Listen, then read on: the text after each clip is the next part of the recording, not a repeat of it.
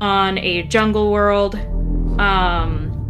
They got some fruit, they killed some local Xenos for more meat to add to the stores. They basically, they restocked fresh water, all those things to prepare to continue their journey into the Rifts of Hecaton. Matthias had a bad time. They found some weird trees with, eyeball fruits. It was a whole thing.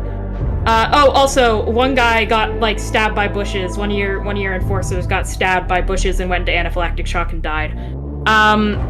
But we don't talk about it. He got hit by diabetes shrubs? Yeah, basically. Then the second filler session, which wasn't filler and was something that I needed to run, but was planning to run basically after you guys did the current planet you were on. Jam, what are you? Oh, Doggo!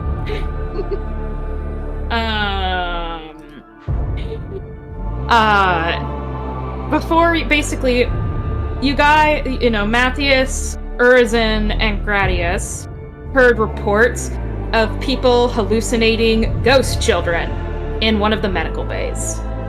Clovis, at this time in canon, was dealing with a similar outbreak of warp phenomena in another place in the lower decks, which is why he wasn't present, at least in canon. So they went to the medical bay, and Urizen recognized these ghost children as the same ghost child that brought them the helmet and basically helped him during the incident with the insurrectionists, who basically captured and held that Technomat captive. Same ghost children. Urizen recognized them, but didn't say anything at first. So the party poked around, basically questioned the people who'd seen the ghost children, and eventually Matthias began seeing them too. And they decided to basically try and talk to the ghost children because they didn't seem malicious, and it just seemed like they were bored. They were doing things like pushing medical carts of equipment and, tugging at people's shirts and trying to get them to notice them. Basically, normal kid things. Right. So Matthias and Urizen reasoned with the children and talked with them and basically asked them, where they were coming from, because they quickly realized that the Tenebro maze of your guys' ship ran through this area, even if it wasn't on the map of the ship itself. So they found their way into the Tenebro maze and eventually found what appeared to be a long-abandoned, hidden compartment. Inside this compartment, they found a database guarded by a couple of servitors that they eventually cracked, and they found transmissions between Carnicus and Abril discussing basically the trafficking of Xenos children and, beings from Carnicus to Abril in exchange for Abril basically giving Carnicus people to sacrifice to Khorne. Proving that not only was Abril dealing with Xenos illegally, but he was also collaborating with Chaos. I have a hatred of Chaos. Yep. Upon going further into this place, Matthias, Urizen, and Gradius found what looked to be like a bedroom, a couple of trashed rooms, where there were what appeared to be enforcers basically made out of different metals, as if they'd basically been frozen in place mid-combat or mid-fight and turned into, copper and steel. The entire place looked trashed. There was all sorts of burn marks and things on the walls. It basically looked like a tornado had come through the place and left everything living metal. So they moved on and they found a bedroom, and the ghost children reappeared, basically when they found the place. And they found in this bedroom a mask that looked a lot like Savuli's. It's in Game General, I believe. Yeah. They found an old, kind of cracked version of Savuli's mask, and they basically talked to the ghost children. Even though the ghost children couldn't talk, they could communicate via sign language and miming, and the children told them how a monster had done this. And though the monster wasn't a threat to people now, the monster was a threat to the people who had basically been here before and was the one who turned the people to metal. So upon hearing this, Matthias, Urizen, and Gradius basically went, especially given the whole thing with the mask looking exactly like Savuli's, they went and they questioned her. They went up to the Astropathic Choir, they pulled her aside, and they asked her, hey, the fuck is this about? And she pretty much explained that She hadn't been lying to them at all, well, except in the form of lies of omission. Aberril had dragged her here, and originally what he had done was there was multiple of children like her. Multiple basically radiated mutant children. And he was running experiments on them. And all the enforcers that had been turned to metal she had done that in order to protect herself and the people she considered her siblings from Aberril and his experiments. And she eventually said that the original mask was meant to control her and bring her completely under Aberril's reign. The problem with that, of course, was that if she ever got it off, either by being able to basically knock it off herself or whatever, she was lashing out against him. So the compromise they ended up coming to, and why she's now loose on the ship, was in exchange for having relative freedom, but still having her powers completely tamped down, she would be allowed free run of the ship as if she was a regular psyker. However, Matthias, Urizen, and Gradius all correctly clocked that there was very little psychery about this, and that there was probably something more going on with her than just, weird, strangely powerful warp phenomena. And that was where we ended. Oh, also, Gradius is keeping possession of that mask that basically is a mind... Gradius is keeping the mind control mask. He has it on his person. Matthias has also told the children that they can bother him in his office. Mm-hmm. He will have so many children bothering him while he works. Yeah, they also basically figured out from the other astropaths that oftentimes when there are warp apparitions like that, it's because they have some sort of unfinished business. So the party has also been trying to find out what that is. Yay. Alright, fair cop.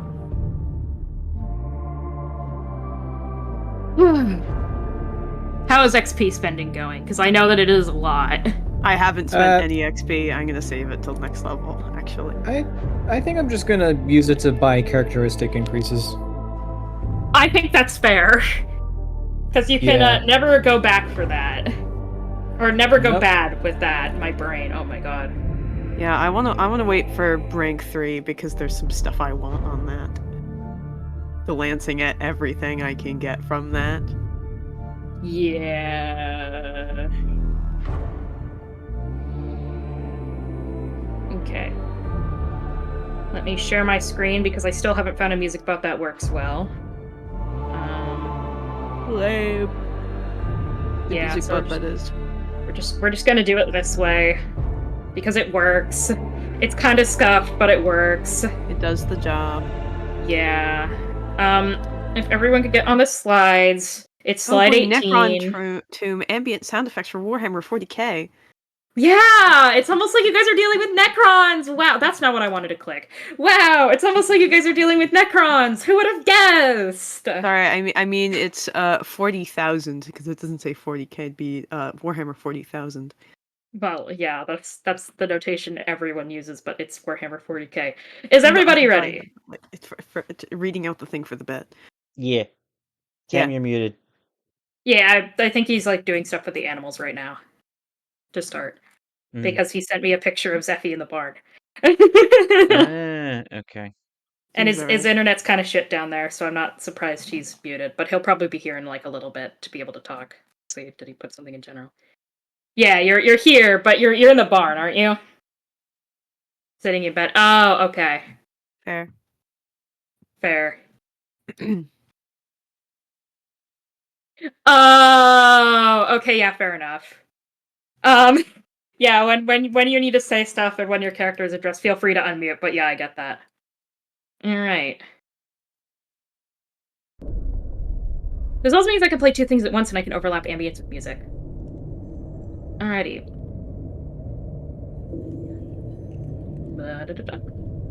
We once again... Actually, Will, are you recording today? Yeah, I already got you on the recap. Okay, great. We once again join our party on the surface of Irgothicon, a normally peaceful volcanic world that has currently become a battleground between rogue trader Clovis Smythe and the Cornate berserker Carnicus of Steel. Even now, as the party begins to enter an ancient, long-sealed Necron reliquary, they can hear the sounds of fighter jets screaming overhead and anti-air emplacements firing from leagues away.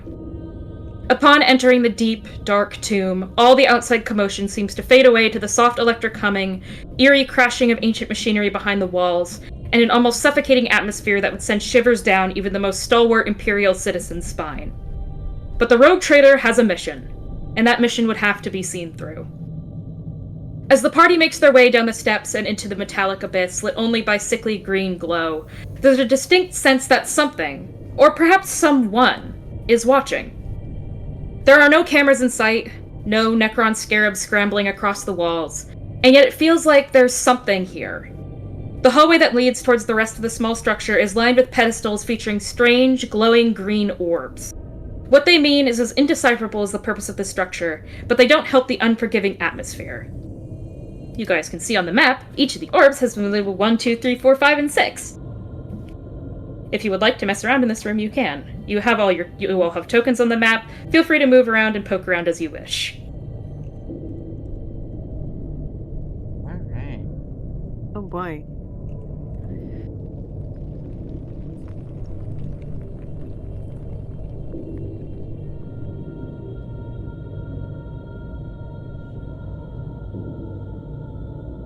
I'll check out number 1, because I'm number 1. Check out number 1 because you're number 1. Because I'm number 1. Number 1 bitch. Number 1 whore, even in the galaxy. Matthias Vandergrim. Alrighty. Since you are currently at pedestal number 1, Skid, what would you like to do? There's a glowing green orb floating on the pedestal in front of you. Just humming, making the sound ominous, like, you know how you can kind of hear the hum of electricity? It's like that. Yeah, I'm not gonna touch it. Can I figure out what its purpose is? Do you have Lord Xenos? Do I have Lord Xenos? Yeah. Roll me Lord Xenos minus 20. Okay. You've never seen anything like this before. Oh, how fun and delightful. Yeah, I don't know. You kind of hazard a guess that maybe it's, there's lights on the floor, so you can kind of deduce it's probably not for lighting, and you're kind of looking at the glyph, and from the vague amount you've heard about Necrons, you think that this is probably some sort of contraption. Like Necron contraption. It likely does have a purpose, but that purpose, just looking at it, is not apparent. It looks like it's just kind of sitting there looking cool. Okay. Matthias, like, he like ganders at it, kind of like thinks to himself, man, I don't fucking know. But he'll like turn around to Clovis and he'll go, Lord Captain, have you seen anything of this nature before? Only in the archives. And most of the information, quite frankly, was sealed. I'm familiar, but not well informed. I see.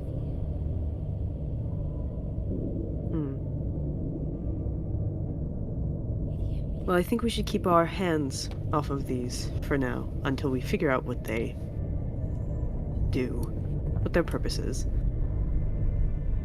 I concur. Can I attempt my own Lord Xenos check on these things? Yeah, if you have it, go ahead. Yeah.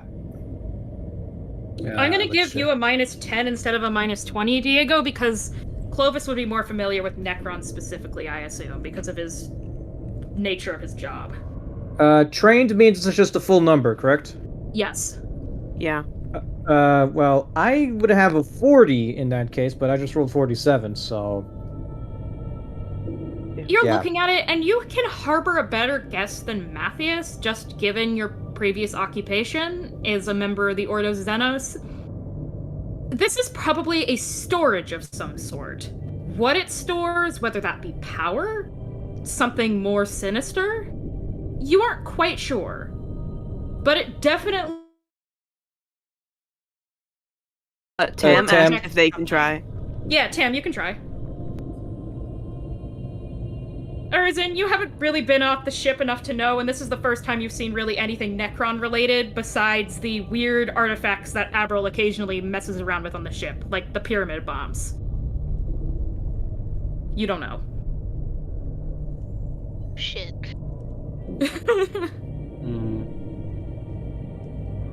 Gradius. Please roll me a willpower test. With a, I'll say plus 30 All right. as you approach one.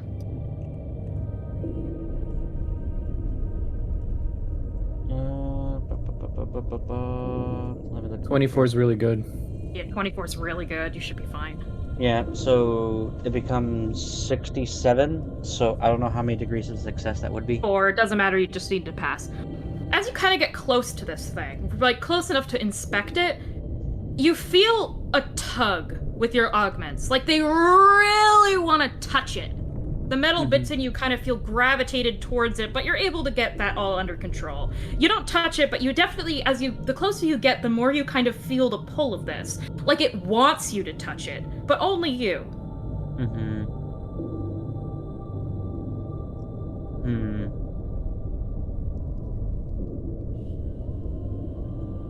Out of everyone here, it's only affecting me, or is it doing It's only anything, affecting you. for I've close seen this proximity? before. Does Clovis notice this in Gradius? Roll me awareness. You've been around Gradius enough at this point, and you've been around a lot of Admech, so roll me with a plus 40. Awareness plus 40, to see if you notice this, because you're still doing your own investigation at the same time. That's a 50. I have awareness 40, but with the plus 40, that bumps me up to 80. You notice his mechadendrites basically immediately lurch towards this thing before he basically pulls them back under control. You can tell that something is basically drawing him towards it. Then Clovis has seen this before. Admic always gets super touchy around Necron tech. It's sort of like a seductive present. It has a seductive effect on them. Yep. This is a well-documented fact, so Clovis picks up on it but doesn't say anything. Just another note to keep check on. Okay. So, Gradius is just having like just an urge to just interact with this. Is that He wants you really, and it's not even the metal, it's the orb. It's like, your mechadendrites keep wanting to snake forward and basically grab it. And like I said, you're able to keep it under control. They're kind of twitching a tiny bit, especially like the grabby bits. They're kind of like clicking a little bit. But you've been around long enough to know how to resist the urge to mess around with tech. Though this does feel much more strong than usual. Alrighty. Gradius is just gonna back away. As you back away from it, it becomes much easier to ignore. It's a bit unusual. So that's all that Gradius does with that. Alrighty. Clovis gonna step forward. Skitari. Yes, yes, Lord Captain. Do try to avoid the same temptation that your predecessors have fallen to in the past. This technology offers no insight or boon to us. Understood. Stay true to your course. Urizen, Matthias, we press forward. Understood. Yes, Captain. And Clovis is gonna go deeper down and draws his Ripper pistol. Alrighty. Normally it's good for like only organic stuff, but you know, it'll do a number on any Necron it runs into. I'm whipping out my bolt gun. As you kind of go, you see another step of stairs leading into what appears to be some sort of hallway.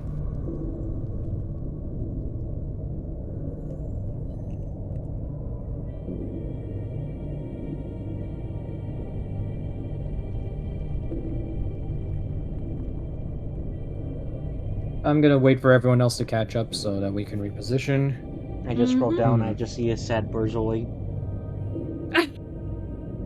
Yeah, that's my DM map. Ignore that. I have that as reference for myself for Witcher and Switch. No, that's fair. Now then, do we want to go left or do we want to go right? because left looks like there's a lot more stuff, so maybe clearing out right would be good, but that's a pretty big room. And we don't know if there's more stuff on the left in canon. No. You don't. But you actually would be able to see that there's 2 doors on the left because you can't see it. See these boxes here? Those are what I'm calling Okay. doors. So you can see there's 2 doors on the left and a hallway basically taking a turn on the right. I think we should go for the right first, or our character's left. Yeah. I also want to go to the big square. Yeah. Alrighty. Let's see what's here. Oh, well, that kind of takes all the... Meow. Alrighty, so the first thing you guys see... No, don't go in that room yet. The first thing you guys see is you cut... Oh shit, I just blocked Tam out of his token. Alright. The first thing you guys see as you're on the corner is you see a door, and you also see what appears to be a tunnel blown into the side of this tube. The necrodermis metal has not mended itself. It's just basically kind of like bubbling on the sides. That's where the tunnel is. It's not actually a tunnel on the map, but there's basically a tunnel as if someone has broken into here before. But it does look old. There's a lot of dust in this area. Whoever blew into this place previously did so a while back. However, the tunnel does lead down and away from this area. Then we'll have to circle back. Is there any... Clovis is going to walk up to the door and see how it opens, because you can never trust Xenos technology.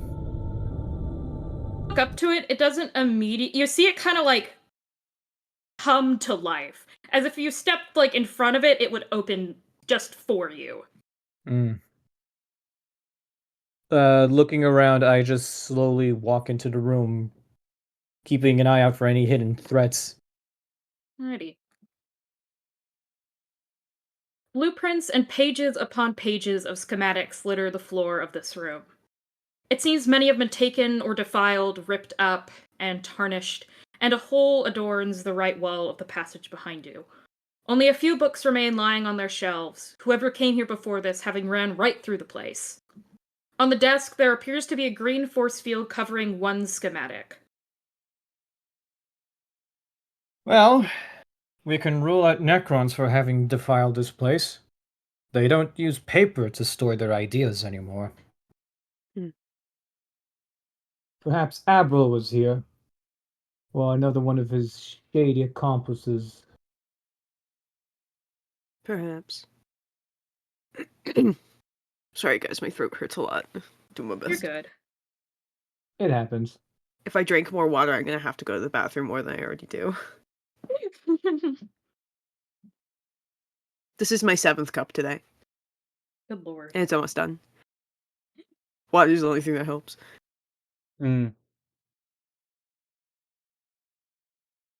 Anyway. I'm going to have Gradius basically do a bit of a look-see over everything, and he will cement it to memory. Alrighty. A lot of this is written in foreign language. It's the same language that's been adorning a lot of the places around here. And as you're kind of looking at it, you kind of step on one of the papers, and you realize it's not really paper at all. It's this weird kind of... It's a paper-adjacent substance, but you quickly realize that it was likely made to withstand the test of time. It's not going to degrade like regular paper does, and as you step on it, it doesn't crumple beneath your feet, it stays firm. It's almost like extremely thin slates, rather than paper. Here I was thinking it was human or something. No. You know, like how sometimes the forces of chaos will just, make a book out of a person. Oh, yeah. There's precedent for that in this universe, and that's kind of what I thought was going on here, but clearly, so... Well, there was a series of children's book printed out of actual children for coordinate worshiper children about stories of why the Emperor was bad.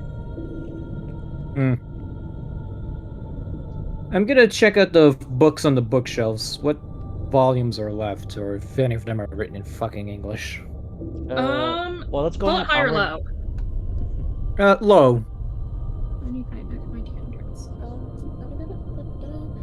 You're kind of combing through them. You open a couple. A lot of them appear to be written almost like diary style. The numbers you recognize, and there's a couple of dates scribbled down, like at the top of every couple pages. You find a couple what appear to be logbooks and diaries in an unknown language, and then eventually you come across one book with a couple of footnotes written in English. You're kind of flipping through, and it appears to be someone trying to decipher the patterns of the language. Basically writing little notes such as, I recognize this word, this seems to be some sort of formative for I. Basically someone trying to learn the language from these books alone. Ambitious. But this is no mere xenoarchaeologist we're looking at, trying to uncover useless information. This is someone who's after a specific bit of information, I'm guessing. Yes, that's what it looks like. You see a lot of annotation as well about what they think certain passage. Basically, you notice that the notes get more and more thorough as you flip through the book. They get more and more in depth as that this person has begun to get a greater grasp of what certain sentences mean. There's more notes kind of scribbled, and it appears to be a very mundane logbook. But you see whenever there's mentions of a child or a daughter, they highlight them. Like Celevi. Perhaps. I'm gonna have Murphy watch our back at the end of the hall. I think Murphy will do that. But I will say there's nothing that is going to ambush you in here. You may walk into things that are not very friendly, but nothing is going to ambush you. Murphy's your servo skull, correct? Yeah. Yes. Okay. Well, I checked out the books. Who's doing what now? I'll make a box for that green force field. Please do.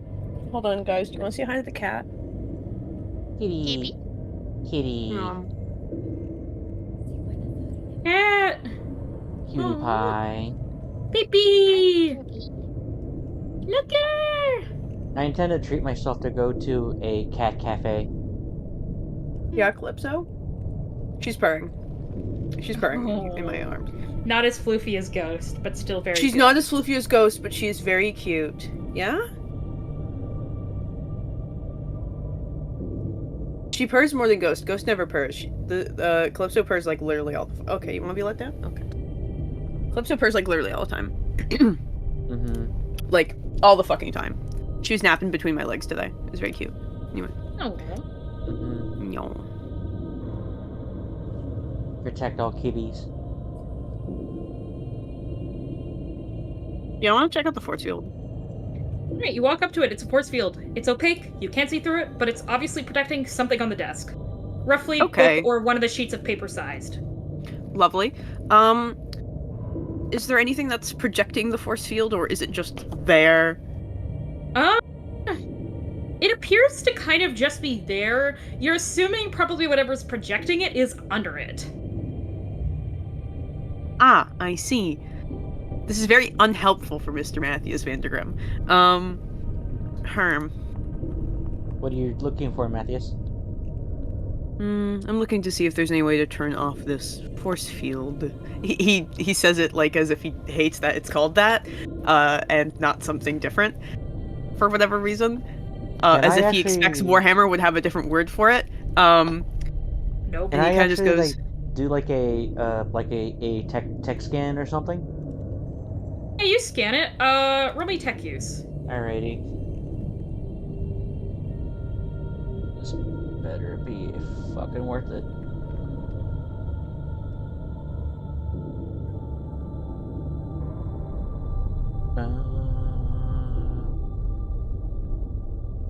Tech use is intelligence.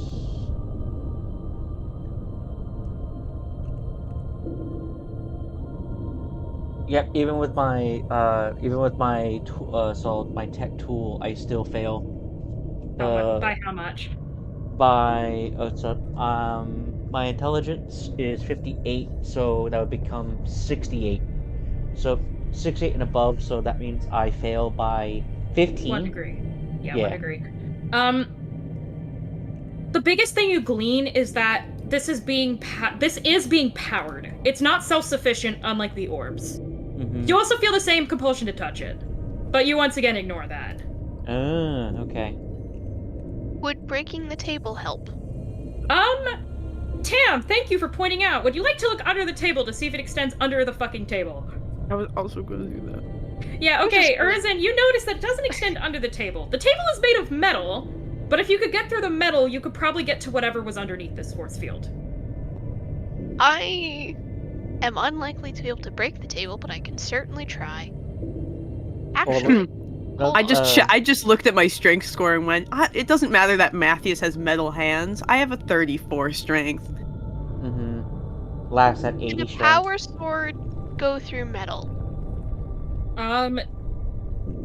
No, but if you Power had swords- something like Power swords should be able to cut through most forms of metal, but if this most is a forms of metal, yeah, most forms is the key word here. You can try. Would you like to try?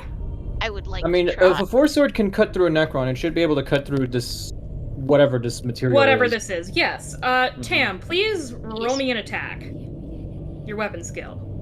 By the way, I'm gonna be eating because I got food right now, so I'm gonna be muting when I'm not talking. That's fine, yeah. Thank you for understanding. Plus minus flat. Plus 30, it's a stationary object. Lovely. Oh, What the fuck? You try and turn your power sword on, and the field jams. For like a couple seconds, and by the time you get it like online, you're frustrated enough that you're just kind of staring at the table menacingly. But so it's basically what happens, Tim, is you try and turn on the power field of your sword, you bring it down, and you just hit it with a regular sword. And after your strike, the field flickers on. Unit Urzin. yeah. And then from there, can I just like break it now? But roll me the same thing. Weapon skill plus 30. Oh, weapon Insert skills? Matthias saying something about this is a human's job, not a Xenos' job, but he can't say that because you wanna know who's right behind him? Clovis. Clovis. He keeps his mouth Yeah. shut. Okay.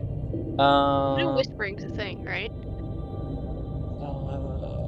Yeah, but you wanna know what? Urzin can just good straight up ears. tell on him. True.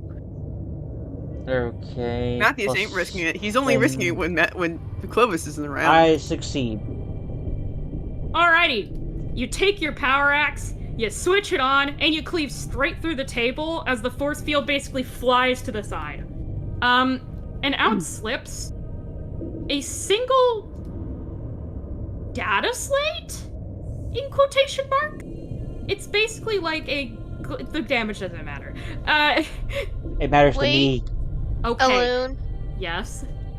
would have tipping the table worked just as well.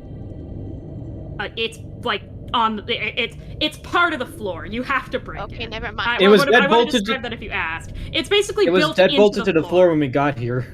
It's built into the floor. So you I'll pop the basically data slate. cleave by it the in way. half. Yeah, you can pick up that data Okay. slate. It appears Yeah, I to picked be. up that data slate. You kind of flick it on, and it kind of projects like, think kind of like a hologram, a 3D model of. It's a similar mask to the one that you see on Seville, but it's not the same. It's much more streamlined. It appears to be made out of some unknown material, and it has a whole bunch of notes, basically. Think like, you know how, like, little, like, circles to certain parts, and then, like, notes off to the side with lines, in a language you can't read. Interesting. Is it? Matthias will like slowly turn his head to Gradius and just go, "Yes, yes, it is interesting." Gradius, you don't see it, but he's smirking under his helmet. Matthias wants to fucking explode. Every single time he interacts with these two fucking bozos, he's just like, "Holy fuck, I hate my job." Oh, it's all bozos, eh? You want to say it to my helmet?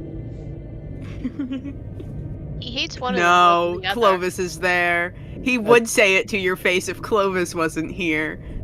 He would call you a goddamn bozo. Mm-hmm. No reason to suck up to the boss. He doesn't care. No, but Matthias doesn't know that he doesn't care. He's a suck-up. He's the biggest suck-up. That's his problem, is he's the biggest suck-up, but he's also insane. I like how the tall murder machine is probably the, like, out of all of us here, has the best relationship with the Xenos. Dude, Matthias wants to kill every single Xenos he lays his eyes upon. That's his whole thing. I hope this isn't some kind of repression kind of thing. No. I'm kidding, by the way. I mean, like, I don't know, maybe he gets off by killing Xenos. I don't know. Fucking knew it. He's a freak like that. Yeah. I don't know. You can speculate on your own. Hi, baby. What are you doing? Please don't go in there again. Hey. Come here. Little shit. Anyway, it's in their language that we can't read. But it's a new version of Suvuli's current mask, or the one that we found? It's Or much streamlined. closer to the current one. Okay.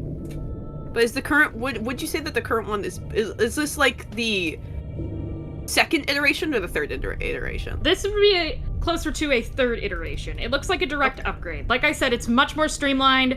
It would be covering less of her face, and you can basically see that there appears to be, like, you don't know how the current one attaches, but what it looks like is this one could be permanently fastened onto someone. It appears to have basically like ways to implant it into the skull so that it would be able to be permanently used. Oh boy, I love permanent implants. Okay. It also appears to have a power button. Oh, a power button. How delightful. Okay. Is this the only thing on the data slate? You don't see any way to go between pages or toggle it, and like I said, it's more like a holoprojector, so yes. Okay, great. Matthias is gonna bring this over to Clovis. This looks like another version of Suvuli's mask. Clovis is gonna take it and examine it. Well, this confirms it. Savuli's mask is built on reverse-engineered Xenos tech. An abomination and an offense to your Omnisire, isn't it, Skitari?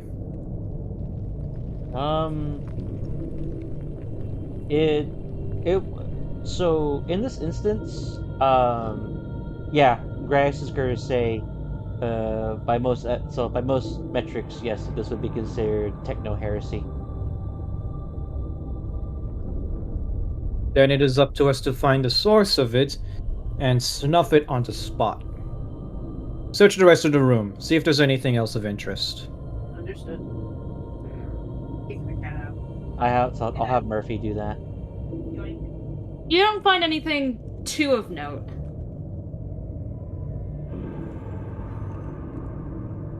We have not find anything to of note. My God, get back out of here! Get out of here! Oh my God! Like, too notable. Too notable. It's just kind of boring. Well, there's a tunnel right outside going deeper into the compound. I'd say that before we go into that tunnel, we check out what's on the other side of the map. Understood. Because, I think we found everything of interest in here. Yeah, that sounds like a good idea. Mhm. Just gonna move the token back down. Yum. Yum. Yum. Yum. Yum. I see you all are gravitating towards the leftmost room. Well, I think at this point it's just like, yeah, let's go to the leftmost room. Why not? Yeah. Oh hey, there's tokens on this map. Entering this room, you see 3 metallic spiders, about the size of humans. 2 sit mostly dormant in front of their coffins, radiating a distinct sense of sorrow and loss.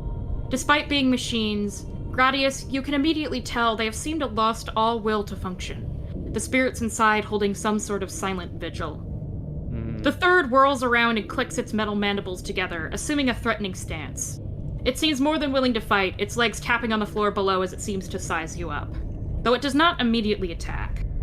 That is this one. Clovis is slowly drawing his pistol in case it shows hostile intent. It appears to be basically keeping its guard, as if it doesn't want you to come any closer. However, if you were to leave, it's not going to follow you. Is there anything else? Is there anything in this room that's worth noting? 3 Necron, what you immediately can see as Necron tombs, or Necron basically, stasis cells, sitting behind the spiders.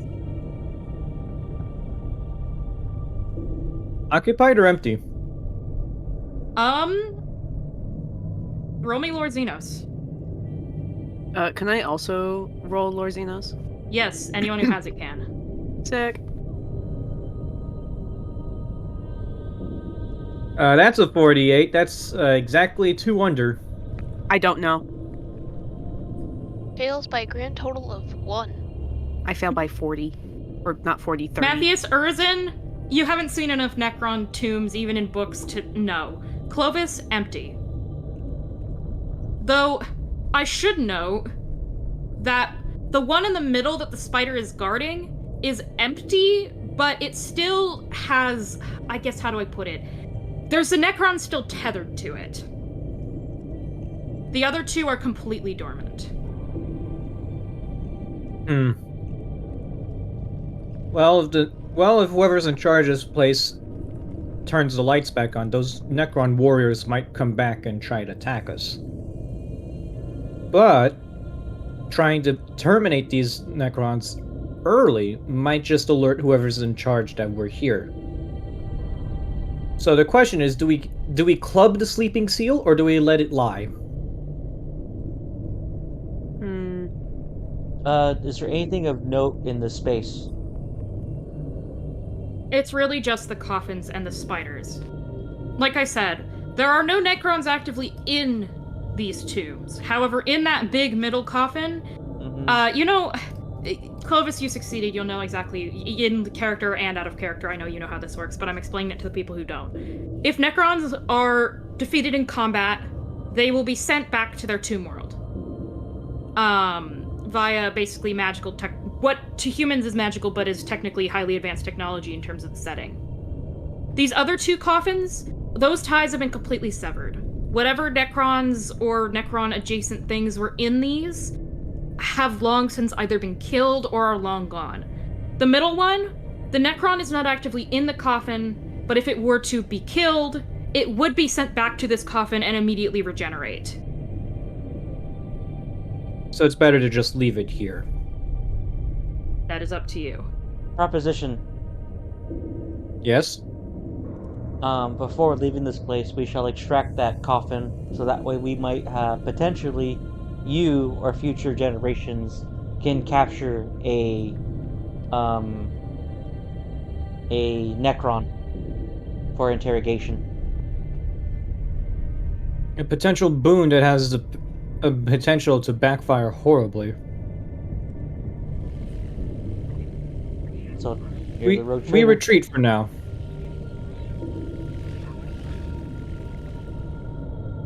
Understood. Leave the dead Necron sleeping.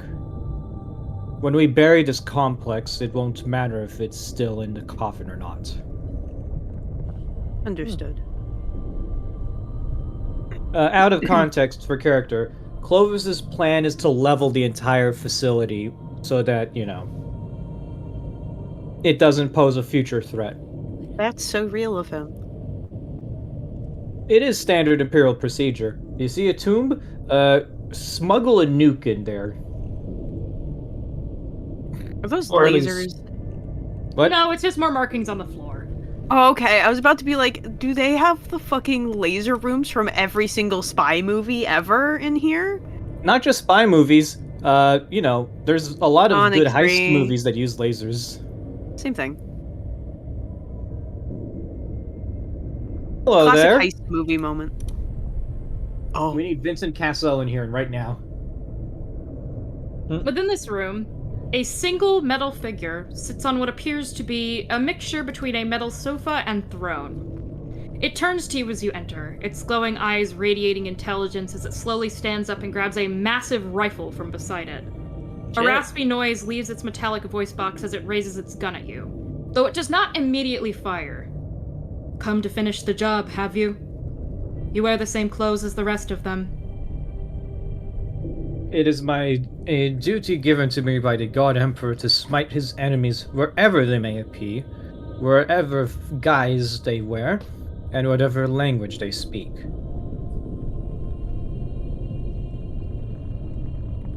It doesn't respond, as if that is not an acceptable answer to its question.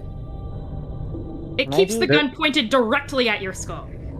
Can I do like a logic test to see who he's referring to? Because I get a feeling he's probably referring to that other rogue trader. Please roll logic, yeah. Alright.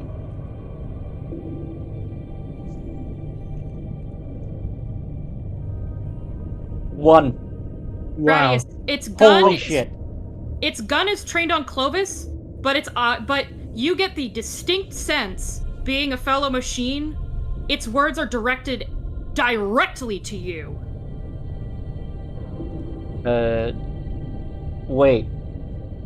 Hold on a second. It's aiming its gun at me? It's aiming its gun at Clovis, it is staring directly at you.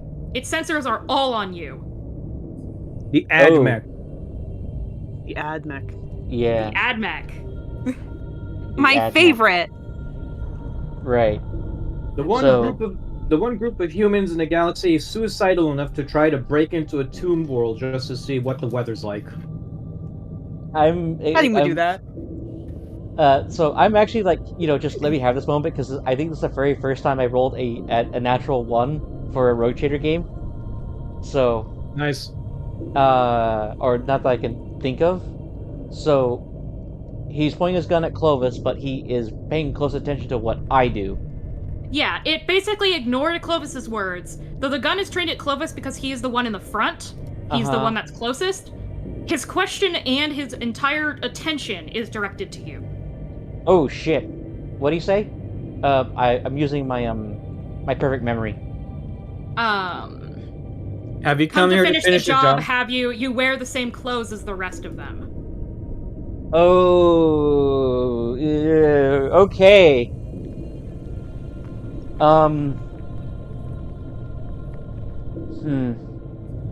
Okay.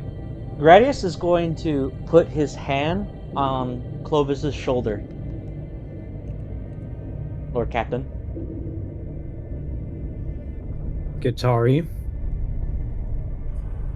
Allow this one, so humor this unit in banter for a moment with the Xenos.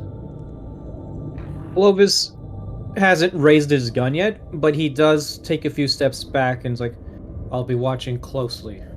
Don't get too familiar with it.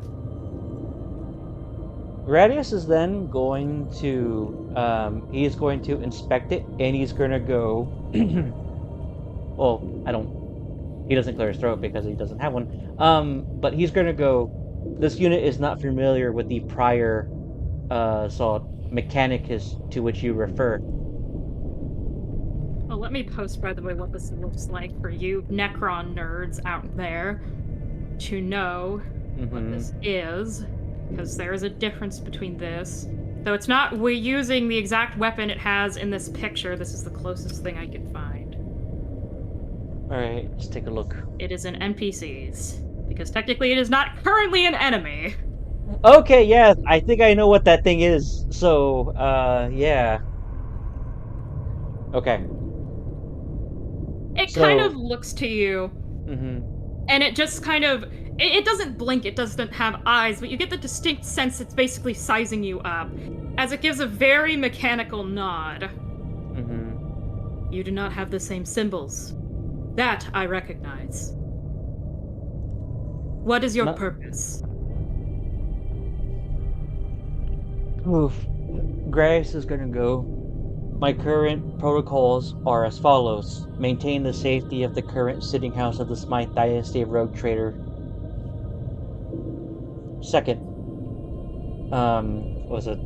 Second, ensure the operational status and operational status and improvement of relations for the Adeptus Mechanicus. He has a third protocol, but he's not sharing that one. Yeah. It basically looks at him and gives another mechanical nod. Mm-hmm. What is your purpose in my home? So, I'm getting like a kind of like a semi-brain fart. We're here to investigate. You're here to investigate. Basically, there's some much larger Necron power at play here that wants you to free it in the world closest to the sun of this system. You heard that there was another piece to unlocking that puzzle on this world, which is why you're here. Recent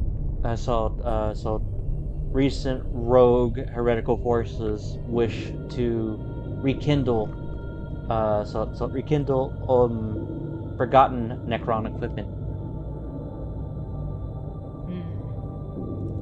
It basically it lowers the gun, and you do see basically the sword and shield in its back. It lowers the rifle and basically sets it aside temporarily, as it just kind of stands there completely motionless. Then you are not here to continue to persecute the child. No. It kind of, it basically takes a step back and sits back down on the throne. Then I have no business with you. Leave. Alrighty. When it says the child, am I able to deduce of something we already know about? It's likely the same child mentioned in the logbooks that Clovis found. Alrighty. You also know that a whole bunch of strange mutant children were taken from this system. Right. From the logs that you found last session between Abril and Carnicus. Okay, so... This thing likely has personal beef with Abril and Carnicus, is what I am saying, but not with you. Right. So, Gradius is going to say, Lord Captain, this Xenos currently has a vindictive relationship with your predecessor.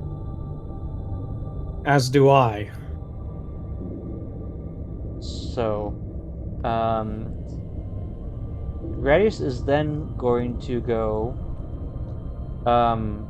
for the Mechanicus that were here prior. Do you reckon? So, are you aware of what their objective was? You see it kind of give a nod. Objective: raid, pilfer technology. Secondary objective: fulfill orders of Captain Abril Terragast and Carnicus of Steel.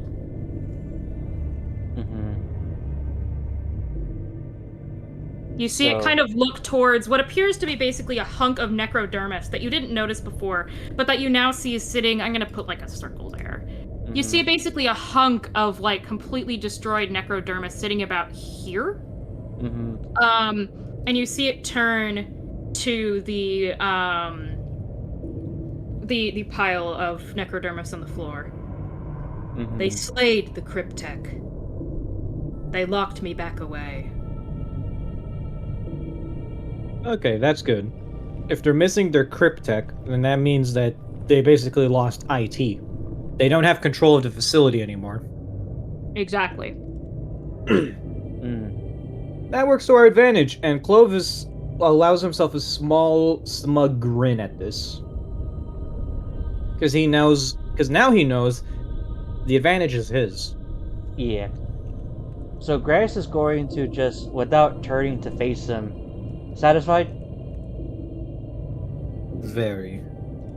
Great. Tell it that we shall leave it alone for the time being.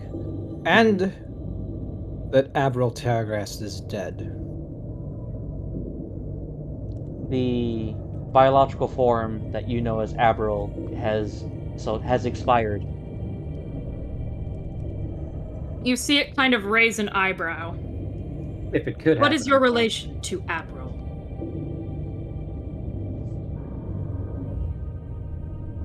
This unit's relationship ended with Abril. So this unit that has no prior relationship with Abril, Adeptus Mechanicus, has lost interest due to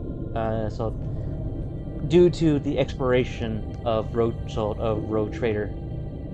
Abril was not a rogue trader. Oh, Abril, my bad. So yeah. So I'm just going to go relation irrelevant. Due to You see him it being basically basically put a hand on the hilt of its sword. dead. Relation extremely relevant. What do you know of Abril and his functions in our system? Can I get a reminder of that one? It's been a while. You are here to basically track down why Abril was cohorting, why Abril had Necron technology on his ship, and why he was contacting a Necron in the system. Right. Likely not this Necron, because this Necron hates his fucking guts, but... Yeah. It's someone else in the system. So, Graris is just going to say, so this unit, well, first he's going to look at the body language of Clovis first before he does anything next. Clovis gives Gradius a slight nod as if, feel free to share information. This thing isn't a threat. Okay, cool. So Gradius is going to share, what was it?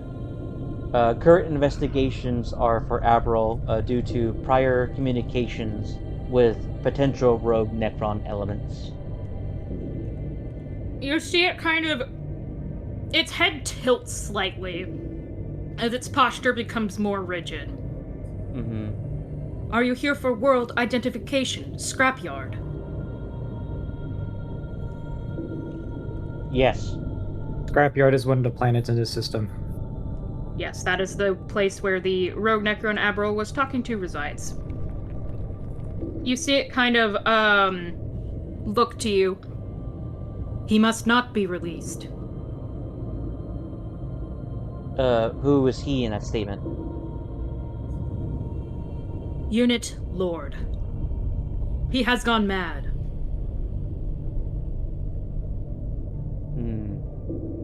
Interesting.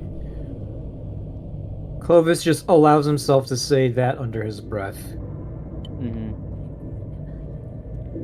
If your purpose in this system is to release, contact, or interact with entity, Lord, I must terminate you. The Empire demands it.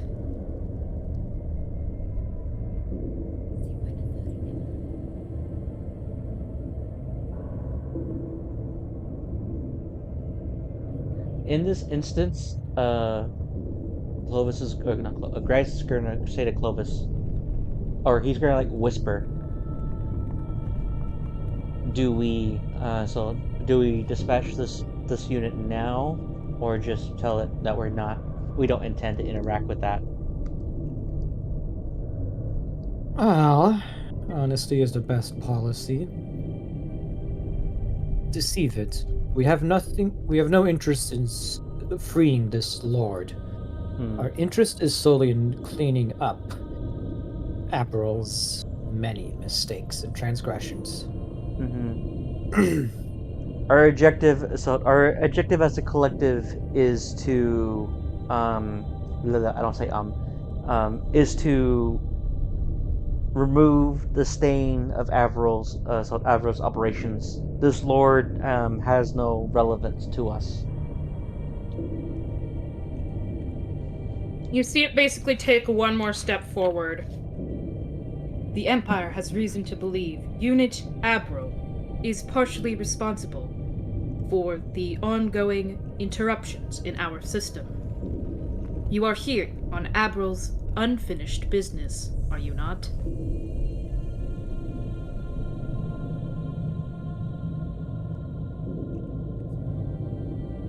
We are here to eliminate Abril's operations, not continue it.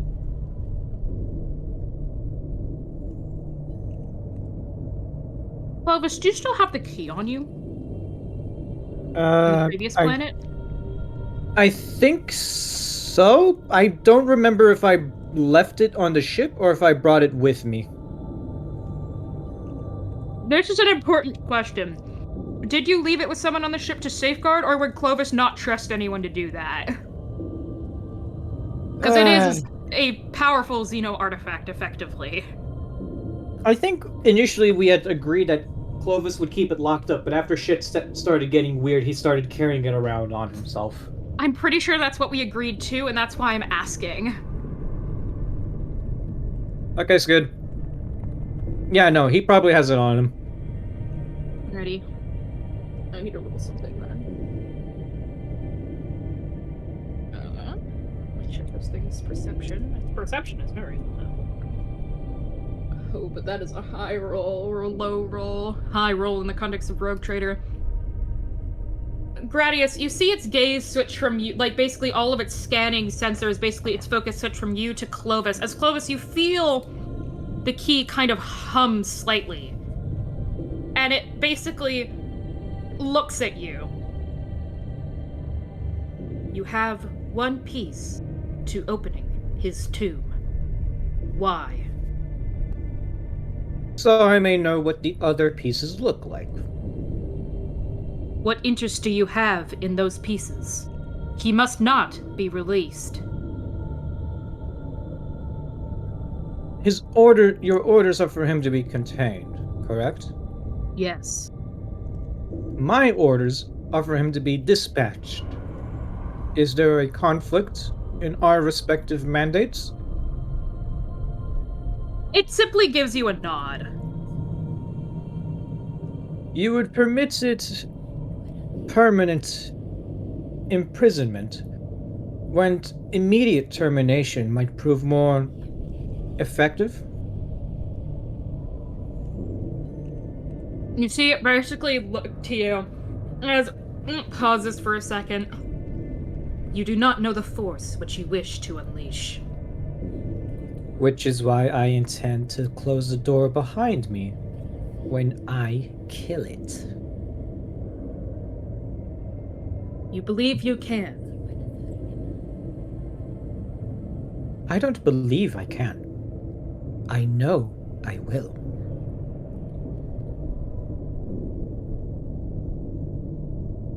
Please roll me, let's see. Let me check the Rogue Trader's skill list. We're this close to gaslighting the Egyptian space Terminator.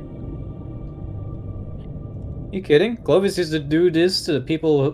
Clovis used to do this to his coworkers over lunch. Oh, yeah. Roll me coercion, Diego. Coercion. You're kind of strike me as the kind of guy who would happily steal candy from a baby. I don't have Clovis? coercion. I don't have coercion on here. Oh, shit. What fellowship skills do you have? Command, commerce, charm. I don't have intimidation. Oh, I do have intimidate, but not fully trained, which is kind of dumb. I should. I was gonna say, I'm surprised you don't have intimidate and coercion, given, Clovis's background. No, I mean coercion isn't on the sheet. Oh, Yeah, coercion's nothing on the sheet. I'm thinking It's of only- intimidate then. That was on. It's in the tape. It's in the video game, not in the tabletop. Brain cells. Wow. Okay, yeah, hold on. I'm gonna pull up the official There's sheet. blather. Yeah, I but don't have Clovis, blather. Clovis is definitely not blathering. Yeah. Let's see. There's deceive. Do you have deceive, Diego? Do I have deceive? I No, have all of I- these. God damn it! I I don't. have all of these. No, if I had the extra XP, I could have bought deceive, but I don't. Can Let's see. I don't have that either. So at this point, we're kind of cooked on being able to lie to it. Unless it's a straight Damn. fellowship check. Yeah, I'll let you roll it either a straight fellowship check or a straight strength check, whichever you want. It's a 1 point difference between those two because I bought a bunch of upgrades. Well, What was that, Tam? doesn't really matter then, does it? 29! Woohoo! I got a 53 in fellowship. Call it high or low. Hi.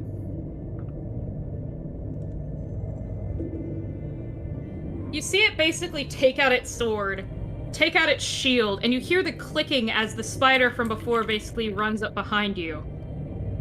Let us have you prove your worth, then. Unit Clovis Llewellyn Smythe. Everybody, Gladly. please roll for initiative. Gradius is going to go, at least we tried, as he revs up his chainsword. I have paranoia, which means I have a +6. Okay, why is there an elegant piano being played right now? Oh, it becomes not elegant piano. I'm just letting you know that right now. 11. What's this? Paranoia again? Is it +2? +2. Cool. Yep. If I remember correctly, it was your 12. agility, right? Is it D or D10 plus agility? 10 plus agility. 10 plus agility modifier, yeah. So this thing is fucking slow.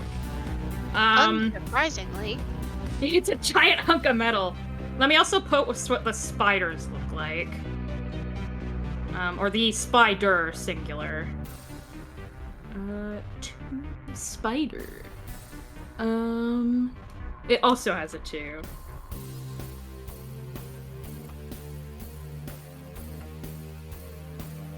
Fighting Xenos is my character's whole thing.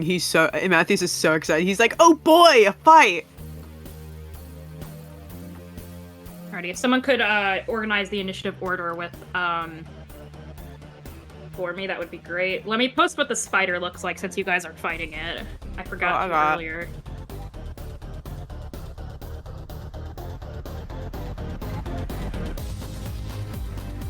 Looks like it's pretty ordered. We just need to switch my roll with Tam's, and that's like the whole thing.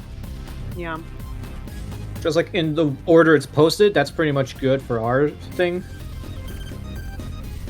The Canoptic spider is now in enemies. I just think it looks cool, so I want you guys to be able to see it for those of you who don't know what it looks like. No, it is cool. It looks like a tick.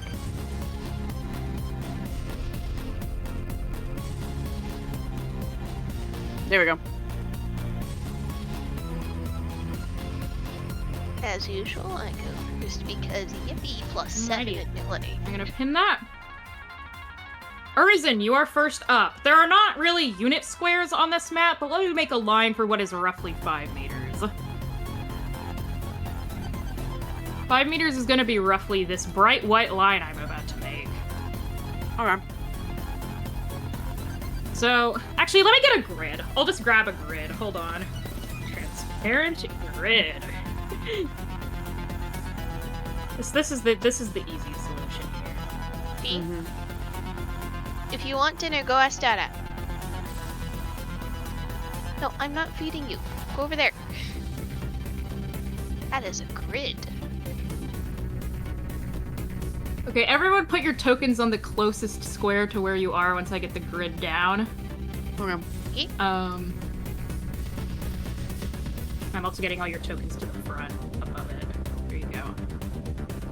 So some of you are already basically perfectly square. I'm gonna say Clovis is there and Curzon will be like here. It won't be my turn for a while, so I'm gonna go throw a pizza in the oven. Sounds good. Can I eliminate the white line? Yeah, you can kill the white line. And I'm gonna make the grid slightly more visible by making it by recoloring it to something. That's even worse. Where do all these recolors suck? Okay, you can see it now. Alright. Okay. Urizen, you're up first. I'm not close enough to stab a bitch. There's also a spider behind you. Like I said, I can't stab a bitch quite just yet. With Don't you have a gun? shooting- I do have a gun, so I'm saying I'm shooting him, and it succeeds because I have a 61 ballistic. You are in short range here, so add a +10. To what? Your ballistic skill. Oh, it succeeds anyway. How many degrees Right. Degrees of success, that's a thing. It had to be a 71. So for every 10 points, 1 extra dice of damage. Yippee! What are you attacking with? I am attacking with... What's it called? Hand cannon. Lovely. What is the penetration value on that? 2. Okay.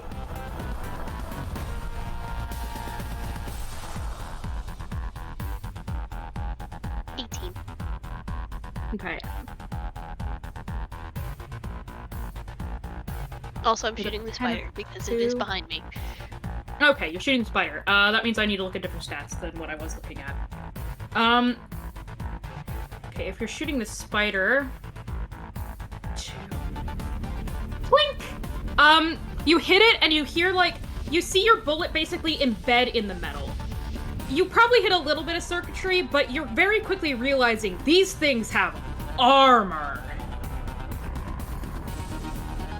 Okay, that's what I expected. You did take away its toughness bonus, though, so, here's the round of applause. You can't hear it. The fuck phone. What is this notification? Oh, I don't And this isn't D&D, so technically I can do that again. Yes, you can do that one more time. That also succeeds.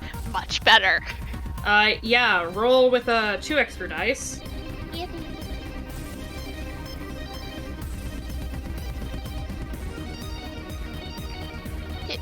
15. Oh. You shoot it, and again, the bullet embeds in the metal. You hear, like, a slight sparking sound, but it doesn't look extremely wounded. Yippee. And you're thinking to yourself, like, God damn it, both of those shots would have dropped like any regular Imperial citizen, and it's still staring me down. That's lame as hell. Okay, I can't do anything else. Alrighty. I'm just quickly checking something. Yeah, okay.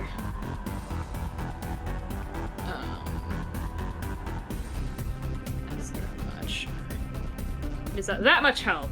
You don't get to know how much that much is, but it's at that much health. Matthias, you're up. Yeah, babe. So there's a spider? There's a spider behind you. That's this green token here. Delightful. How does...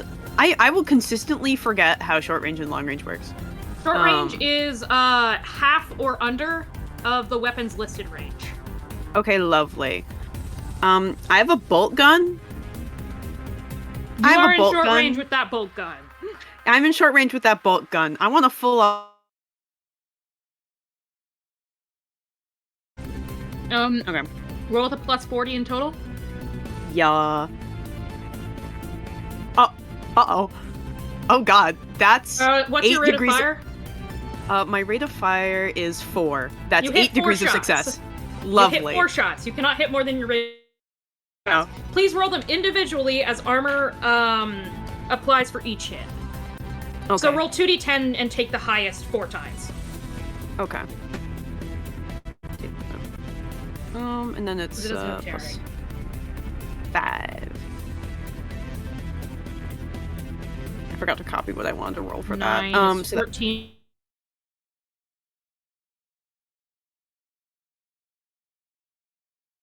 We'll do all the math at the end.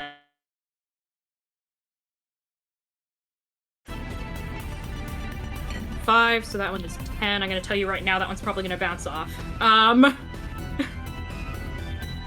6, 11, that one might as well. What's the penetration on this thing?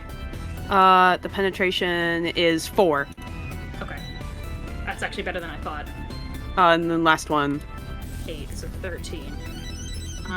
Okay, so it has an armor of that, which is going to be reduced to that. So it takes... Normally I'm currently typing down the numbers that it takes so I can add it up in my head. No, you're good.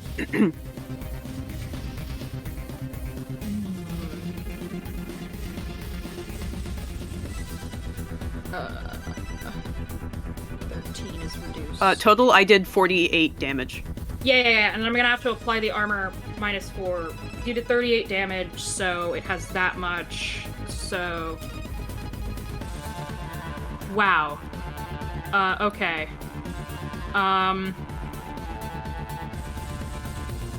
Yeah, Skid? Yeah? Blink, blink, blink, blink, blink. It looks more damaged than it did before. But you basically see 2 of your bullets basically bounce off almost entirely, and the other 2 do penetrate pretty deep, but it's still clicking aggressively at you. And it looks really unhappy with your existence. Matthias kind of like lowers his gun a little bit, and he goes, "You're fucking kidding me." That's the end of my turn. Matthias, Well, you've heard of Matthias Necrons, but you didn't realize just how strong they were. Clovis, Yeah. you're up. You've got a Necron in front of you and a singular spider behind you. My minions can deal with the spider. I want the big Hey. one. Damn. Alrighty, you can see where it is on the map. I'm in perfect firing range for my Ripper pistol. That you are, my good sir. I'm gonna blast it. Roll to hit. Plus 10, you are in short range. I'm so glad I took that plus, I'm so glad I took the plus 10 to my ballistic before we started. Damn it! Is that a miss? 1 under. Oh, that sucks. You hit it, but you see it kind of plink off its shield that it's Wait, holding it in has front of plus 5 to hit. It is plus 5 to hit. Oh, you do hit then. I need to look up force field rules. Give me a second. This is what happens when you have a good condition Ripper pistol. Yeah, because you get extra pluses. Hold on, Diego. I need to real quickly go find my handbook. I'll be right back. I didn't This expect song you is to be straight shooting bopping. this thing. It is. I'm kind of Yeah, getting I know, into right? vibes of like a roguelike, you know, like pixelated roguelike I'll game. link it. I'll link the music to you guys. After This song honestly sounds like it would fit any campaign. Oh yeah. Doesn't matter if you're blasting cyber psychos in Dogtown, fighting Necrons in a Tomb World, maybe cultists underneath the tavern. The song fits. Oh yeah. Okay, this I is have like- the handbook. Let me look like up a how super, force field rules work. Like a super silly cult. Weapon upgrades, gear, implants, clothing.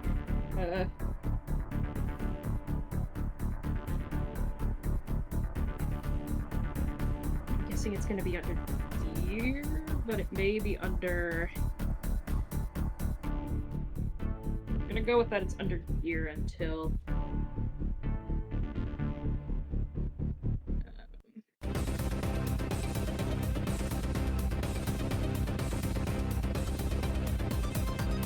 Here it is. Actually, it'll be under ships. No, I'm gonna look this up on the internet. How do force fields work? You force. Which story book are you using for the Necrons? I have it. I'm finding it.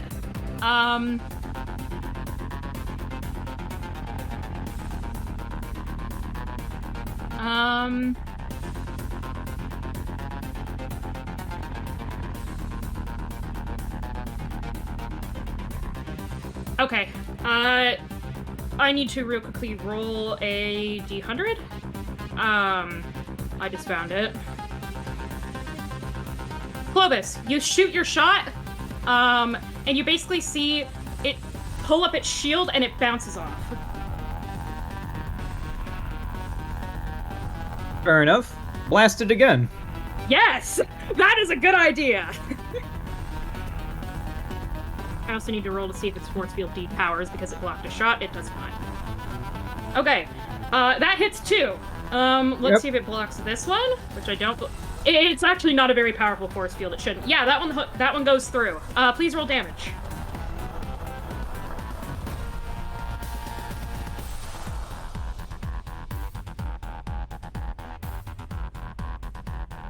Eight. What's the penetration value on your pistol? 7. Jesus fucking Christ. Okay. It does have its toughness bonus. So you do hit it, and you see it basically, your bullet embed in its arm, as it basically lets out this...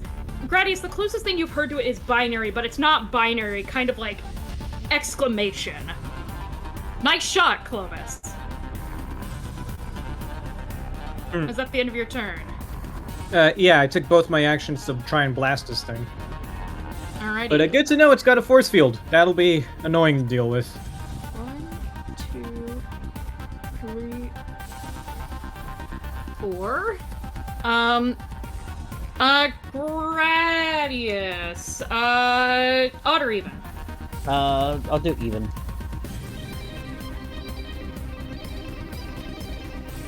It is attacking you!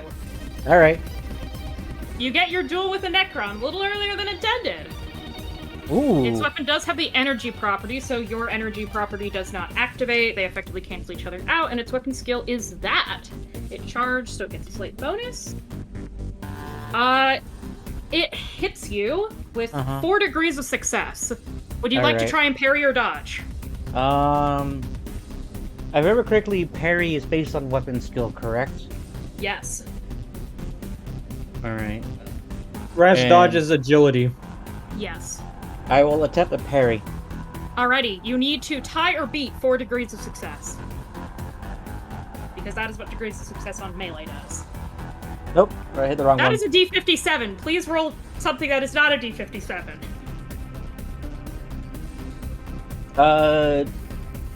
No, just failure. Alrighty, its attack has a penetration of 8. Alrighty. That plus its strength. Oh, this thing hits kind of not as much of a truck as Gradius. Yeah. Gradius, it does 14 points of damage with a penetration of 8. Alrighty. My armor is 8. So that's negated. What's your toughness bonus? My toughness bonus is 5. Subtract 5. You take... it rolled pretty high on this, by the way. You take 9 points of damage.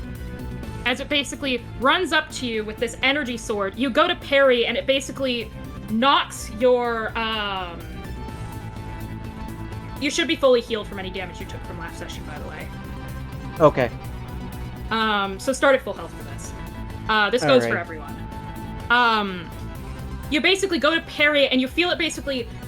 You're strong, and you've never really felt an opponent that overpowers you in straight-up melee combat. As it basically rips through your guard and manages to cut into your shoulder. That is the end of its turn. Gradius, you're up. Would you like to retaliate? Yes, I would love to retaliate. Fuck him up! Fuck up the boy! That misses. I'm going to use a fate point to reroll. Okay. So, Diego. Yeah? I need a +10. Katori, aim around the neck joint. Alrighty, cool. I adjust and I go for the neck joint. It hits. Alrighty, it's going to try and parry you. It fails miserably! Alrighty, cool. It rolled a 92. You hit. Please roll damage. What is the penetration on your Omniscion Power Axe, good sir? My penetration... It is... 7. Ooh. Yeah, fuck his armor up! Force fields don't work against melee attacks! 24. Woo! Fuck Yeah. yeah, Gradius! Fuck yeah! Alright!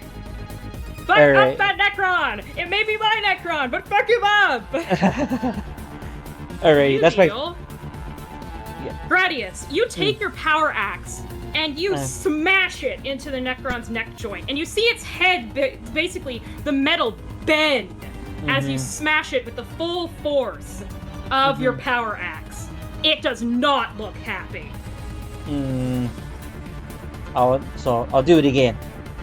That's... Oh, that misses. Yeah. You can do it again. You miss. Alrighty.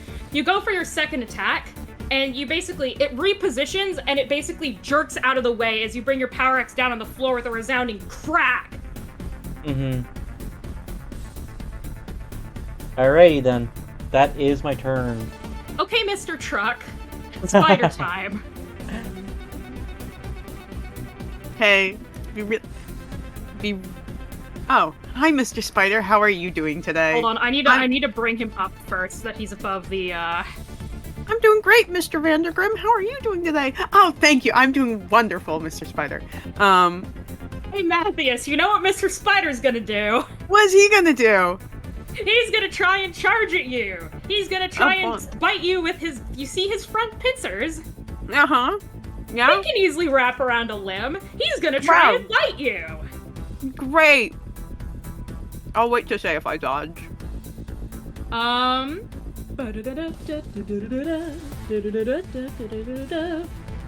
He makes it! Would you like to dodge? No Yeah, I degrees like of success. Okay, please roll the dodge against your dodge skill.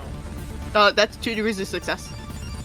You basically see it charging at you, and you jump back out of the way as its claws snap together, barely missing you. Matthias, like, You're does the waggling sonic... your finger at the spider. He does the sonic waggle of his finger at the spider. The spider misses. That's the end of its turn. Urzin, you're up. I hate Xenos. Actually, it's the start of the round. They gotta do funny things. Oh boy. Not the spider, just the Necron. Just The the spider Necron? doesn't get funny things privilege. OST ended, by the way, Loon. Oh no. Oh yes, it did. Okay. Just start back up. I keep forgetting I have an entire cup of Tootsie Roll Pops right here. Holy shit. See. Oop, for gore. I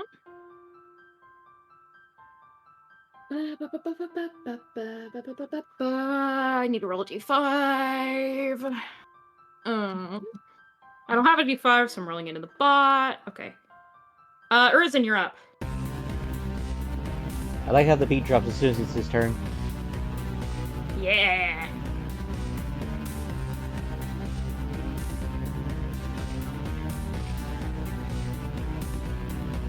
Cam, you're muted. I forgot about that.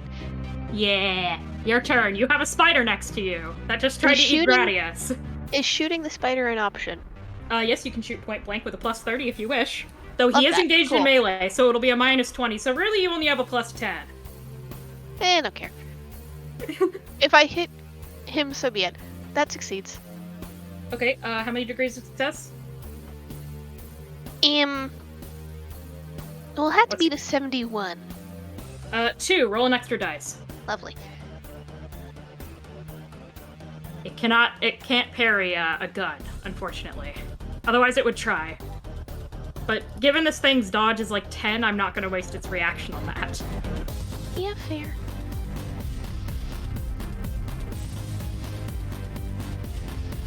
Here's an actually shoot your bullets.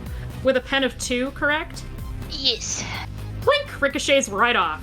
It has its toughness bonus back. Would you like to try again? Yes. You know, I could stab it.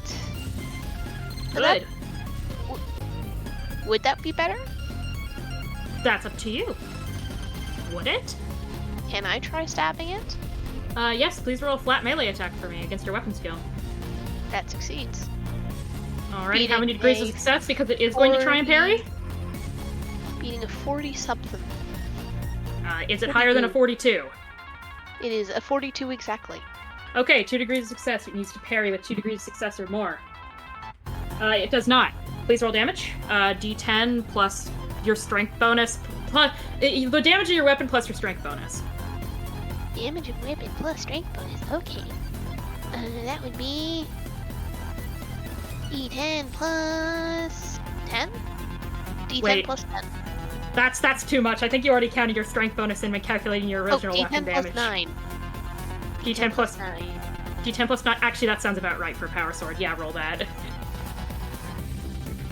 I did a D10 plus 5.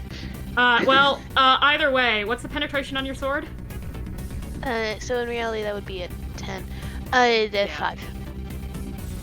5. 10 penetration. 5. Get in there. You slash into this thing, Oh, I'm getting and there. Yippee.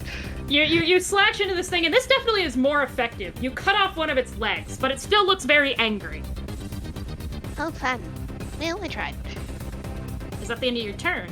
Yes, it is the end of my turn. Quiet. Alrighty. Matthias, you're up. You have a spider in Oh, front of you, boy. and it's very angry.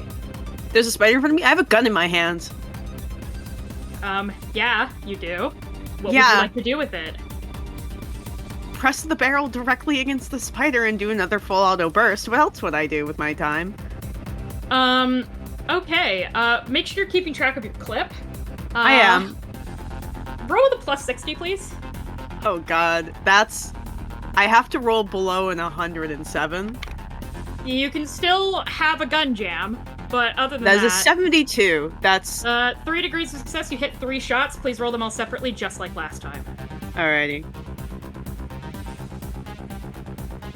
And I have tearing. Yes. 15. 13. Not 15. 13. 13, yep. 13. Roll another one. 11. Last And one. last one. Oh! Emperor's Fury. We'll deal Emperor's with that Fury. later, if it's Yep. alive. If it's alive. So, how much is that in total? 13, plus 13, 15, 11. 39? So, 39, it's reduced by that, so... Skid, it's at 1, Skid! I have an Emperor's Fury alone. Would you like to shoot it again with a plus 30? Yeah. Oh, yeah. Yeah, roll 3 Yeah. dice. Yeah, I got Roll yeah. 10d6 plus 5, and then we'll take the 3 highest numbers. Let's see how- 10d6? 60, 10, and then we 60, take the 10. 3 highest plus 5. Okay. Tearing is a fun property because it applies to everything. It applies to everything. 60, 10 plus 5? Yeah, 60, 10 plus 5. Oh, uh-oh. Oh, that's Probably good you another have an one. Emperor's Fury because this thing is a mechanic when it dies. So it is That's a another 10, one. Meaning 5, has and a mechanic 6. when it dies. So that's 21, 26 damage. With a 26 10 of damage. 5. You blast this thing straight through. It's basically, you see where its like little eye is on the front? Yeah. You blast straight through that into all of its circuitry as it explodes, releasing... No. Yes. No. It has babies! Damn it! Oh, doesn't it? Well, yeah, kinda. Kinda, But it it's has making it the same babies. size. They're small, though. Imagine they're smaller than this. Releasing 3 little guys. I'm gonna post what these look like. In can- enemies. Matthias They can wouldn't know it's skeletonize a pregnant. Space Marine in a minute. Trying to find a good picture. It's a scarab swarm, isn't it? It's a scarab swarm. I'm just gonna post a picture of this figure because this is basically what it is. 3 little scaraby boys.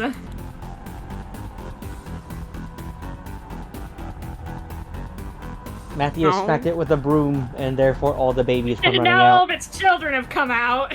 I have another Emperor's Fury. Would you like to shoot one of the children? Yes, let me shoot one of the children. Please shoot one of the children. God. Plus 10 on your weapon skill. Or Plus ballistic 10 on my skill. weapons. Okay, that does not make, I don't think. You see the children explode out of its, like, now, like, basically melted necrodermis corpse, and you're, like, your gaze is kind of, like, blocked by the smoke, and you see it whiz past one of the children. Man. Matthias is just like, ugh. I hate children. Xeno's children especially. He on, doesn't hate focus, children. He's just Matthias. saying this. He does not hate children. That's the end of my turn. Clovis, you're up. I'm keeping track of my clip, by the way. I have 15 more shots with my bolt gun. Speaking of gun, I forgot that the Ripper pistol has the tearing and toxic properties. Toxic doesn't affect these guys because they're machines, but tearing does. Yeah, so I'm gonna point blank blast the damn Lich Guard. Yeah, feel free. Oh my god. Well, we have to see if the force field activates, but if it doesn't, oh good lord. Stop rolling so well! Clovis, you go to take an executioner shot. You see its weakness from Gradius, and just as you're about to do so, the explosion behind you causes your aim to falter just slightly as the shot plinks off its shield. Damn You it. have another shot, however. Going for it. Please do. 36. Still Yay! good. That's a hit. The force field does not activate. Please roll damage. With tearing. 2d10 plus 3. Actually, let's just roll the 2d10, see which one's better. 6 6. plus 3 is 9. And you said this thing has a penetration of 7, correct? Correct. It has its toughness bonus. By the way, the scarabs are just going to move when the spider does, just so we're clear. Sounds good.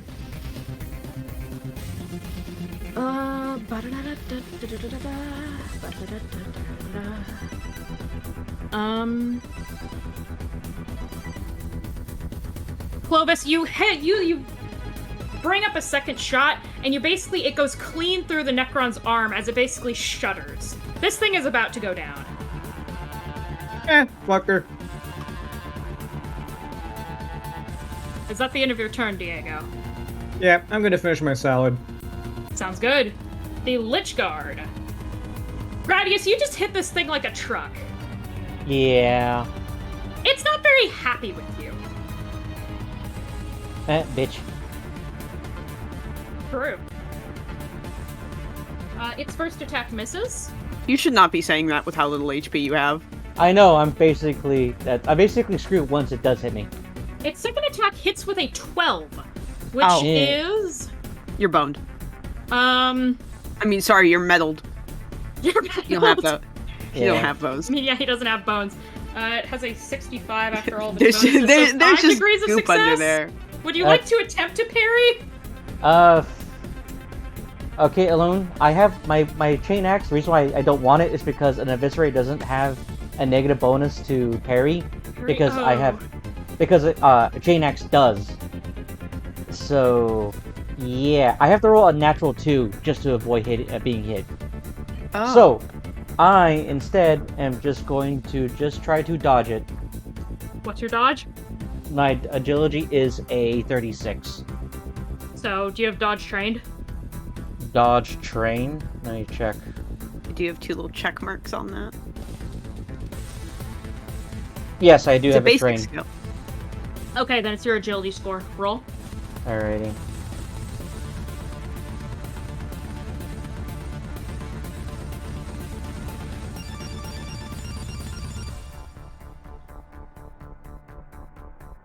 I'm rolling. I'm using a fate die.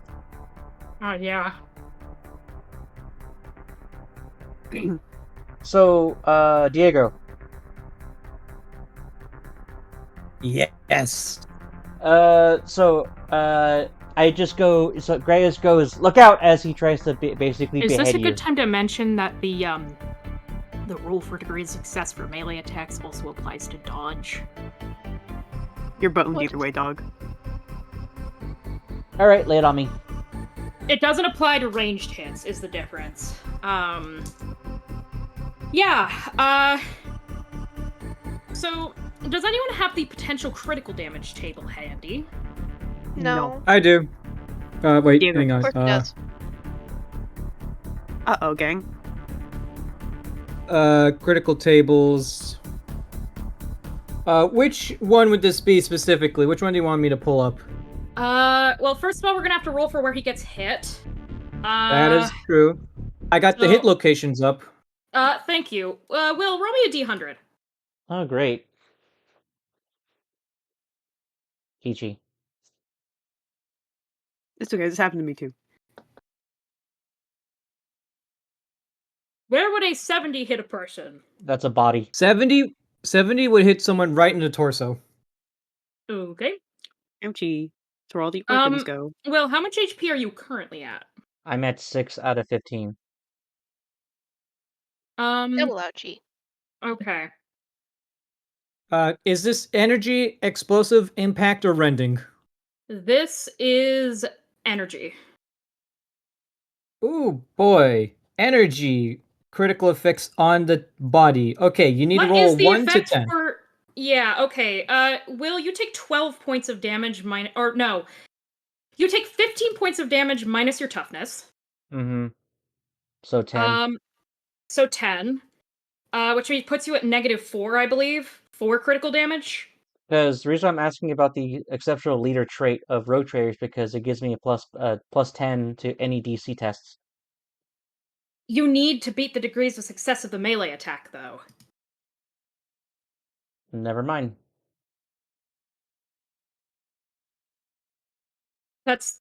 yeah. Diego, what is the critical effect for 4 energy damage to the torso? Sorry, I'm chewing a cucumber. So you rolled a 4 on the 1d10 table for critical hits, correct? Oh, well, I can do that now. Yeah, I rolled a 4. Same as the amount of damage she took, coincidentally. The energy ripples all over the character, scorching his body and inflicting 1d10 levels of fatigue. Ouch. Okay. And it's what? A level of fatigue levels equal to your toughness bonus is what you can withstand before passing out? I think so. I don't know the rules of fatigue off the top of my head because I never plan around inflicting you guys with that. No, me neither. Will you take 5 levels of fatigue? Let me look at what fatigue does. This is going to be under the... Okay, here it is. I have the Game Master's kit open. It's super helpful. Okay. Can suffer a number of fatigue equal to toughness bonus. Fatigued characters suffer -10 to all tests. If you suffer more fatigue than toughness bonus, fall unconscious. Will, what's your toughness bonus? 5. You are How standing! much did you... He took 5 levels of fatigue. Okay, yeah, he's standing. You are standing Quickly. exactly, as basically you get ripped, your torso basically gets ripped open by this Necron sword. Your circuitry and wiring, internal bits exposed. You feel basically as your consciousness gets tugged at, but you are still alive. And you are still standing. And now it is your turn.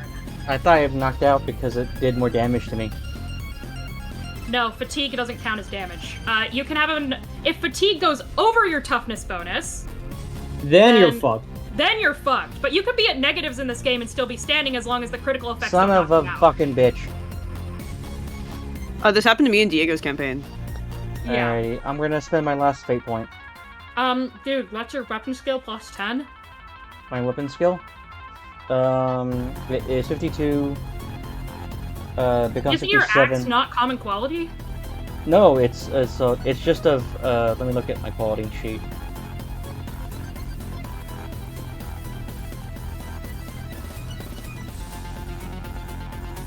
It's of good craftsmanship, so it's a +5, so it becomes At a plus 57. 5. So now, Diego, if he gives you that bonus, you'll hit. Hit him! I give Will the bonus. Does he dodge? He will attempt to parry.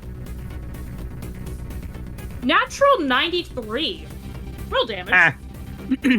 And 24 damage again. Goddamn. Gradius. You're reeling from your wounds. Mhm. You're about to fall unconscious. Your sensors are all screaming at you not to move in order to preserve your lifeblood. Mhm. In one act of sheer fucking rage, you pull your power axe up and you cleave this Necron's torso directly in half. Mm. The Necron falls and you see it disappear in a blur of green light. It is dead. It's reconstituting. Somewhere. Yes. Yeah, I wonder where. I wonder. I wonder where, Matthews. guys. I wonder fucking where. I wonder where that spider came from. Yeah, I wonder where, guys. Back to I the wonder where. scrap heap, you soulless husk.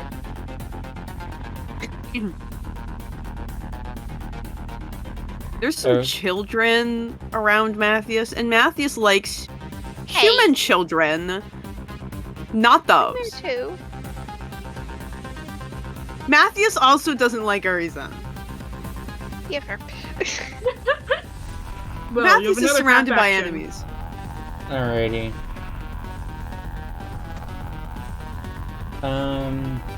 Let's see. Well, did you grab Auto Sanguine? Yeah, I did, of course.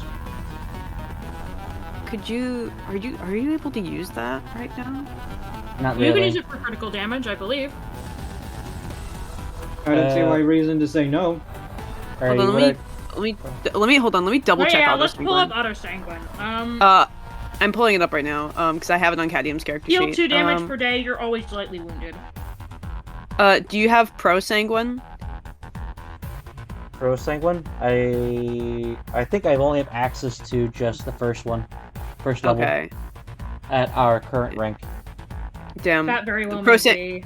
Pro Sanguine wouldn't even help you anyway, because it takes 10 minutes to use it. Yeah. Never mind. Oh, that's lame. Alright, well, as I said, he is you can be at negative health in this game and be pretty much okay. Alrighty. 1, 2, 3. And let's see. Grax is going to go over here. Alrighty. And that is my movement, so that means I lose my other half action, correct? Yeah. Mm-hmm. Alright then. That is my turn. Alrighty, the little guys. The little guys, basically click, click, click, click, click, click, click, click, click. I murdered their mom. 2 of them are going to try and bite. Okay, I'm gonna handle the 2 charges first. One is Okay. charging Urzin, one is charging Matthias. Okay.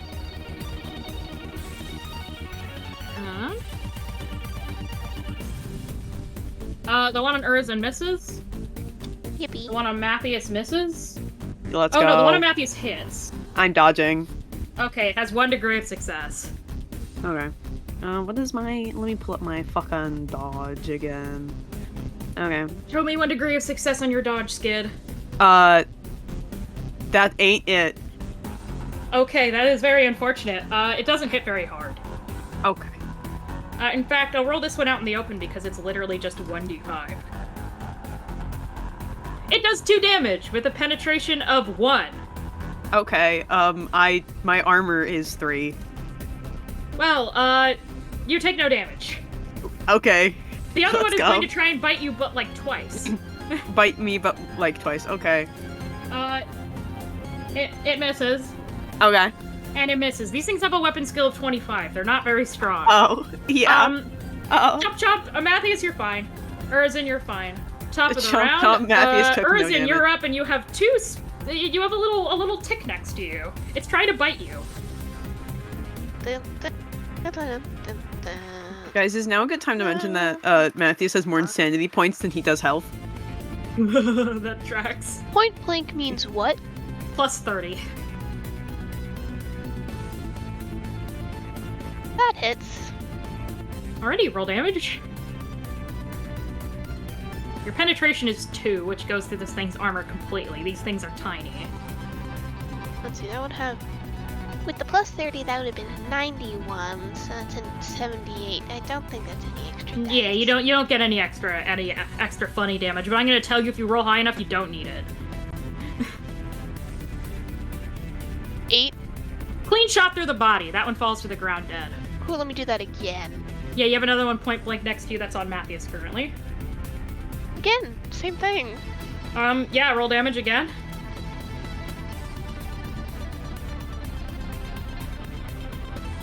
That is 1 less than what you needed. Pew! It basically, like, its flight falters in the air for a bit, but it is still alive. Barely. Yes, sir. Okay. Matthias, you're up. Done. Perish, Xenos. Just normal okay, gun. What? Normal gun. Just Alright, normal just- gun, plus 30. Normal gun plus 30. Oh, Oh. that's 4 degrees of success. 2 extra dice. Roll me 6 to 10 plus 5 so that we can take the highest numbers. Oh my god. This is 60, 10. 1, by the way. Can they shoot the other one? Yeah, sure. Can they shoot the other one? That's another Emperor's Fury. Oh my fucking god. Okay, that is 1924. Yeah, the other one is dead. And then roll me your Emperor's Fury shot on the other one directly in front of you. Okay. We finally figured out That how to still play also Matthias hit. correctly. Give him the right kind of Xenos. give him Xenos and he'll shoot it at that also hits. Intelligent Xenos is the thing. Intelligent Xenos. Not he hits demons. that. Those make him piss his pants. I still rolled. Yeah, it doesn't matter. It doesn't matter. It doesn't matter. It's fucking It doesn't dead. matter. It's fucking dead. Alrighty. Give Matthew some intelligence, so he can take home a trophy later, and he's jiving.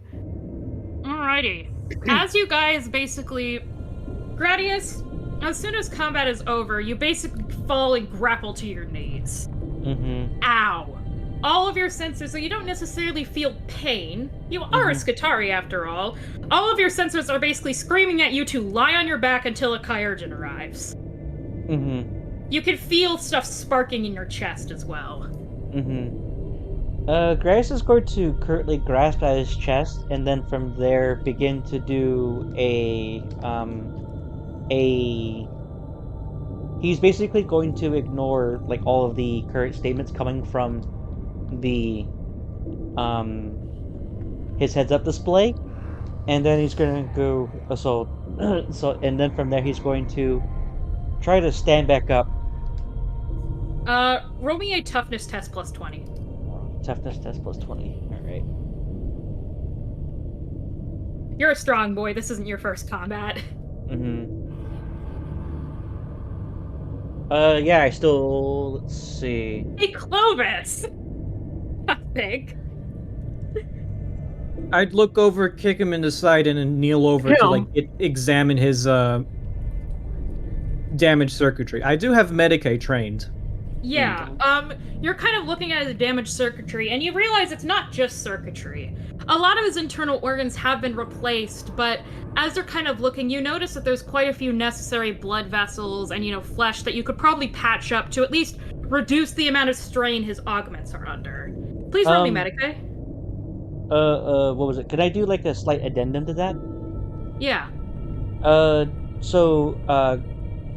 Diego, when you currently like gaze into like the gaping maw of the wound, you actually would notice that the power armor has definitely been like damaged through, but you do kind of see like in a alarming amount of more human bits than robotic bits. Oh, of Gradius underneath the armor. Yeah, because he's a Skitari, right, not an AdMech. They are their armor. Mm-hmm. Do you succeed, Diego? On that Medicaid I got test? a 30. I got a 34 with a Medicaid of 50. Alrighty, roll a d4 plus 1 for how many wounds Gradius recovers. 1d4 plus 1? Yep, for the degree of success. 5! Gradius, you are at 1 HP! Let's go. Alrighty, cool. Clovis, you basically... Remember, interrogation is part of interrogation is making sure the subject stays alive. Exactly. Long enough to give you what he wants to. Along with some of his help, you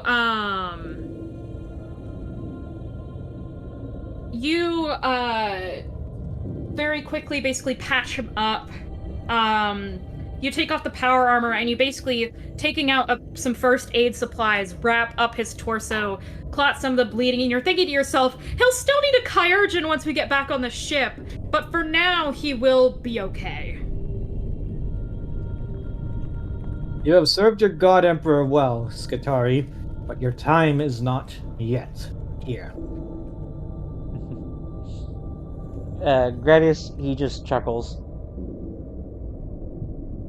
Oh, he's capable of chuckling. Didn't laugh at any of my jokes.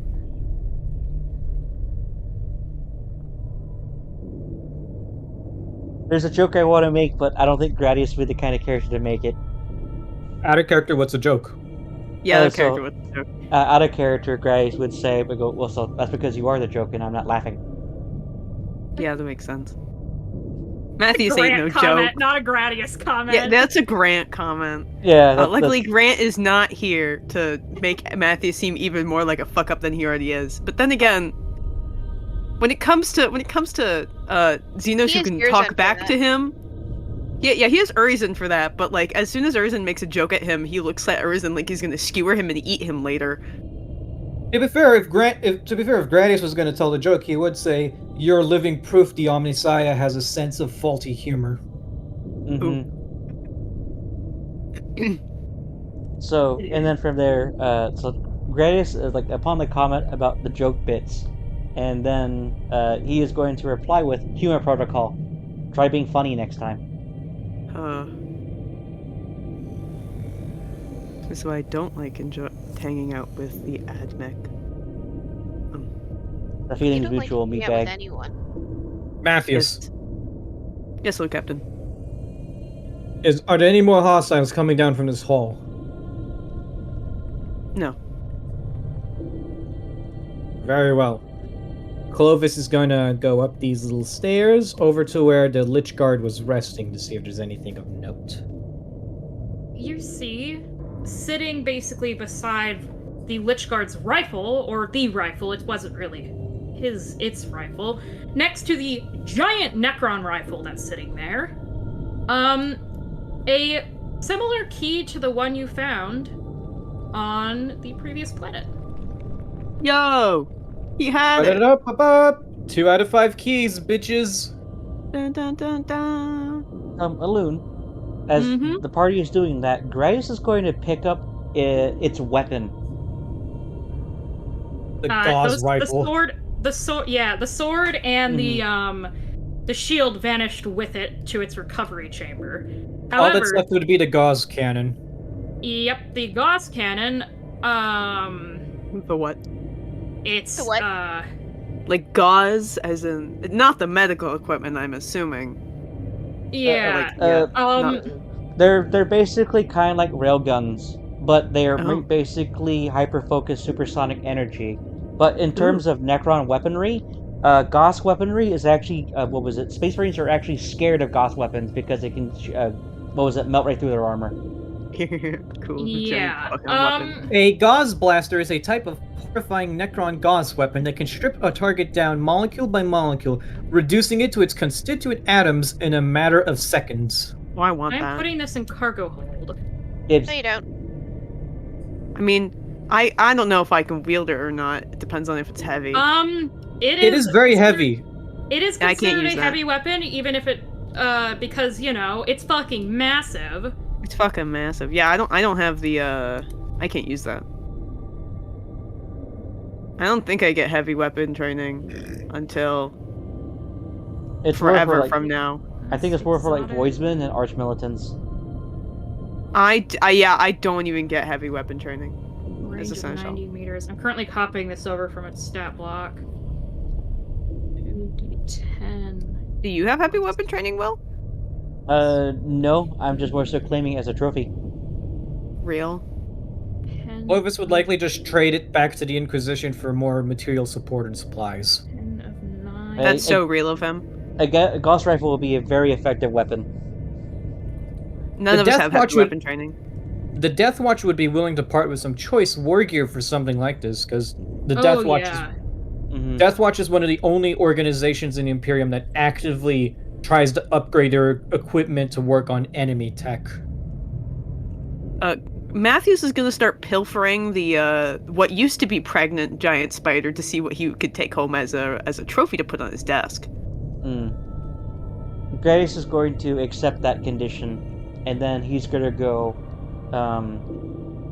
Any chances they might have of a decent eviscerators of decent quality. Alrighty.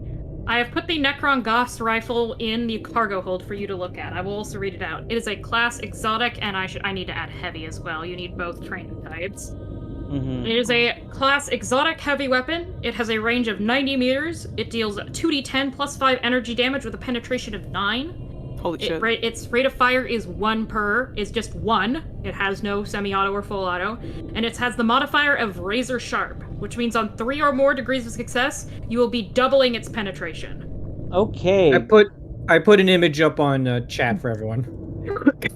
Okay. Wow. Someone give I this should weapon. I should also probably grab its melee attack. Because Is it it does melee? melee.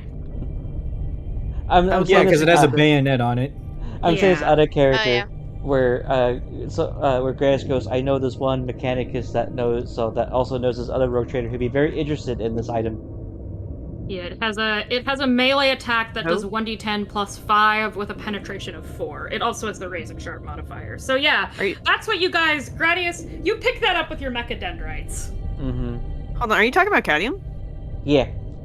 Oh, Caddy can absolutely, one, wield this thing, and two, would definitely strap it to his mechadendrites and No, it's good destroy for shit. giving it to Grant. Oh, okay. Also, that is not technically what this is, Diego. It's technically a flare, so I'm gonna. Oh, I'll put delete up an that. image of a flare then. Give me a sec. I got one. Don't worry. Ah. This is what it looks like. Yeah, that's the one I was gonna pull up. That's a flare. Yep. Wait, Scott's flare.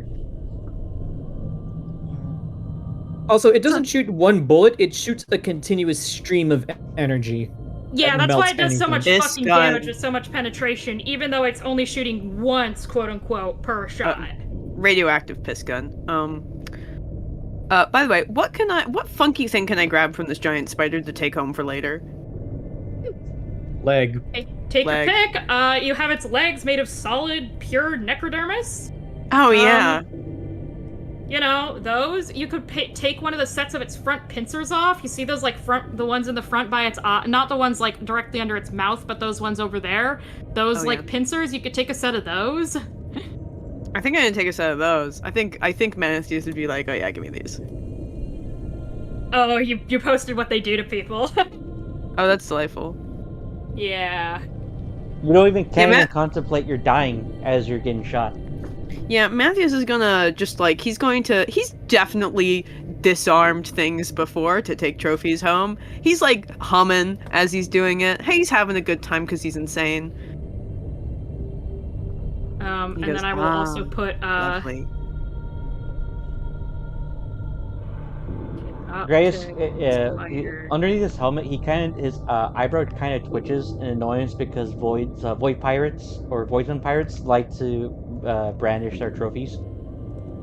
Matthews is actually partially a pirate. You should keep that to yourself. He's a mercenary. Thaddeus Technically, has a hatred under of void pirates.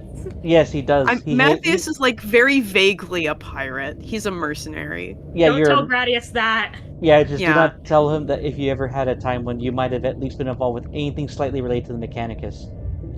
Because Matthews was involved with the Mechanicus. He kind of arms and legs. I mean more like if you did anything piratey, like void piratey. Oh, well, he didn't specifically do any void piratey things, but he's like in a similar vein to a void pirate. He killed Xenos he kills Xenos for people. Mm-hmm. That's what he does. But he's Yeah. vaguely void piratey. Yeah, just keep the whole void piracy bit to yourself because Gradius. I actually have it written right here in his character that he will get unreasonably and murderous if he knows that. Oh. It's been noted that Matthews was a mercenary. I think that's been said out loud. Yes, Oh it yes, has. yes, mercenary work. But he's a Xenos hunter mercenary. He's a Xenos Hunter mercenary type of guy, but he's not like specifically a pirate. Yeah. Mhm. Anyway. Maybe his parental unit was, but he's not. Anyway, you guys are, Gradius is slightly less, is not dying as much, and now has a giant fucking gun in his mechadendrites. And Matthias, you have stolen the pincers off the spider. Thank you for Urzen keeping track of my and things. Clovis, what would you like to do while the others are poking around with those things? Oh, So, Clovis, you've got a other key. than- Urzen, what would you like to do while Yeah. this is going on?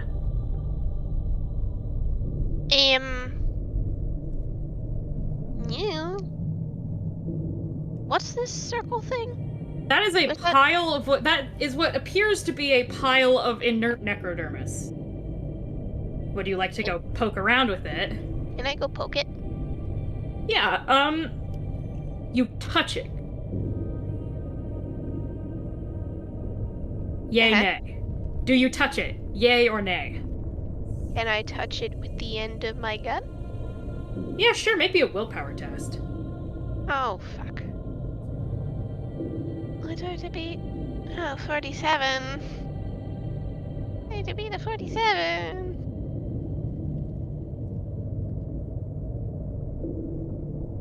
That does not beat a 47! Nothing Oh, bad no. happens to you, I promise. You don't, go insane or anything.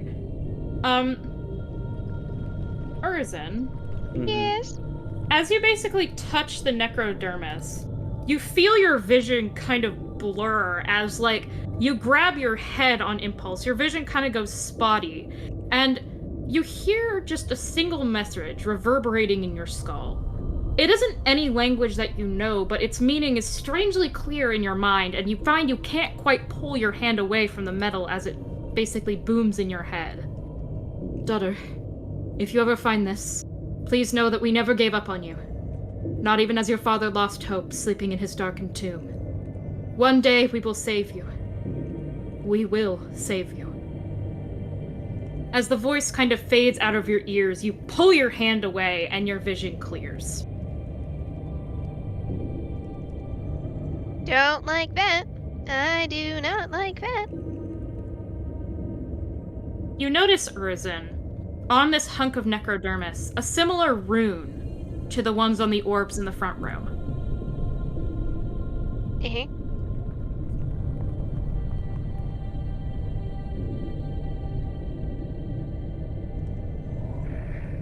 The floor is yours. Gradius? Sir?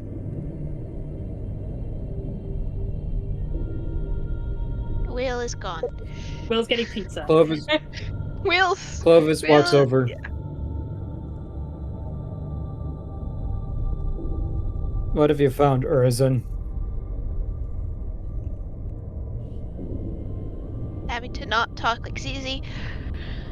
I was hoping Gradius would do his little memory thing, but rune, same as the circles.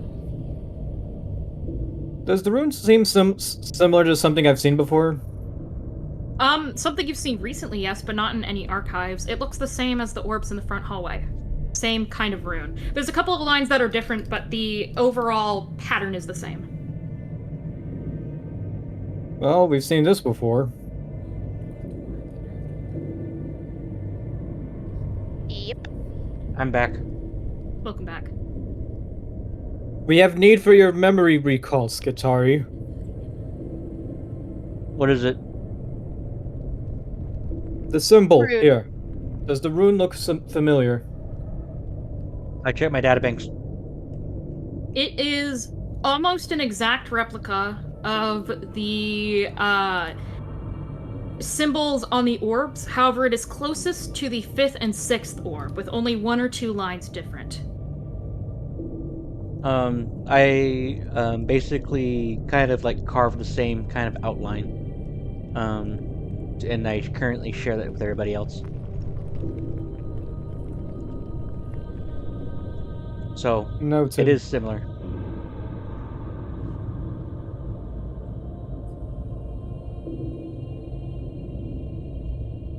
Skitari, are you still able to fight? Heavily damaged, but can do. He's not able to fight, is he?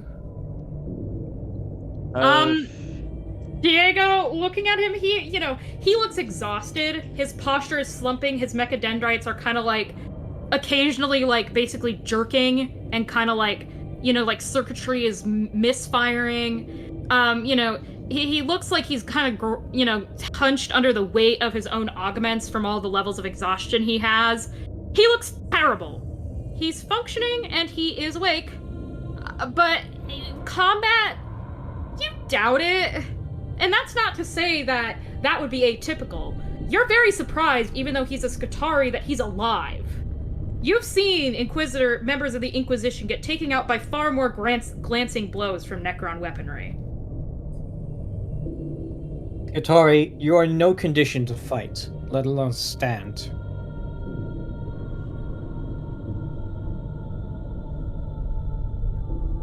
Gradius is going to just stare at you blindly. Orders. Return to the ship. Rest and recover. Send a replacement down here if possible. We have need of a tech priest to explore the rest of these tombs. Gradius,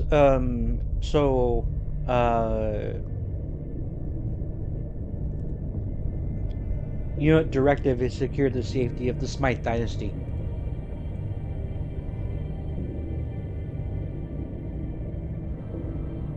Hello?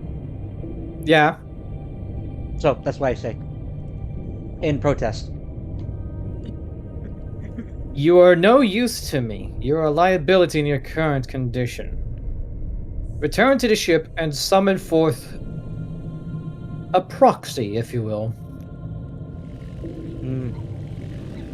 Understood.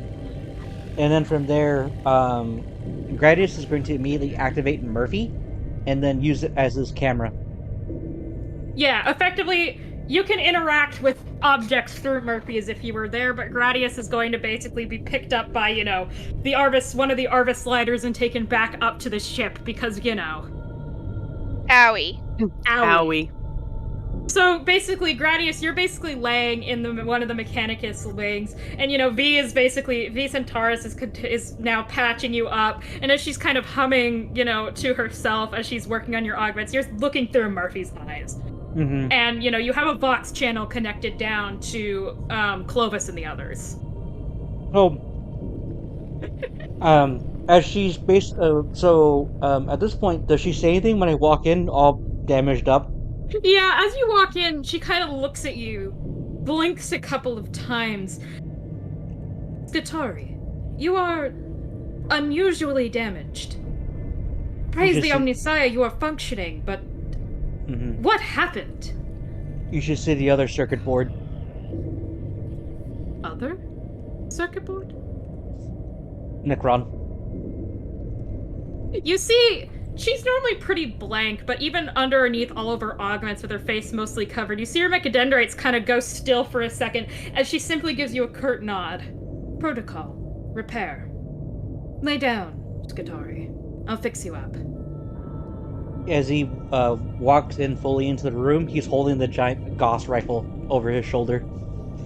He basically looks at it, basically takes it, uses her mechadendrites to gently take it from your hands and basically lays it next to the bed. Mm-hmm. And, next to the operating table, so it's still within Gradius's sight, so he knows no one is taking it. Mm-hmm. By terms of Mechanicus standards, that thing could eviscerate entire squads of Skatari. I know! That's why she's looking at it like, the fuck? Yeah.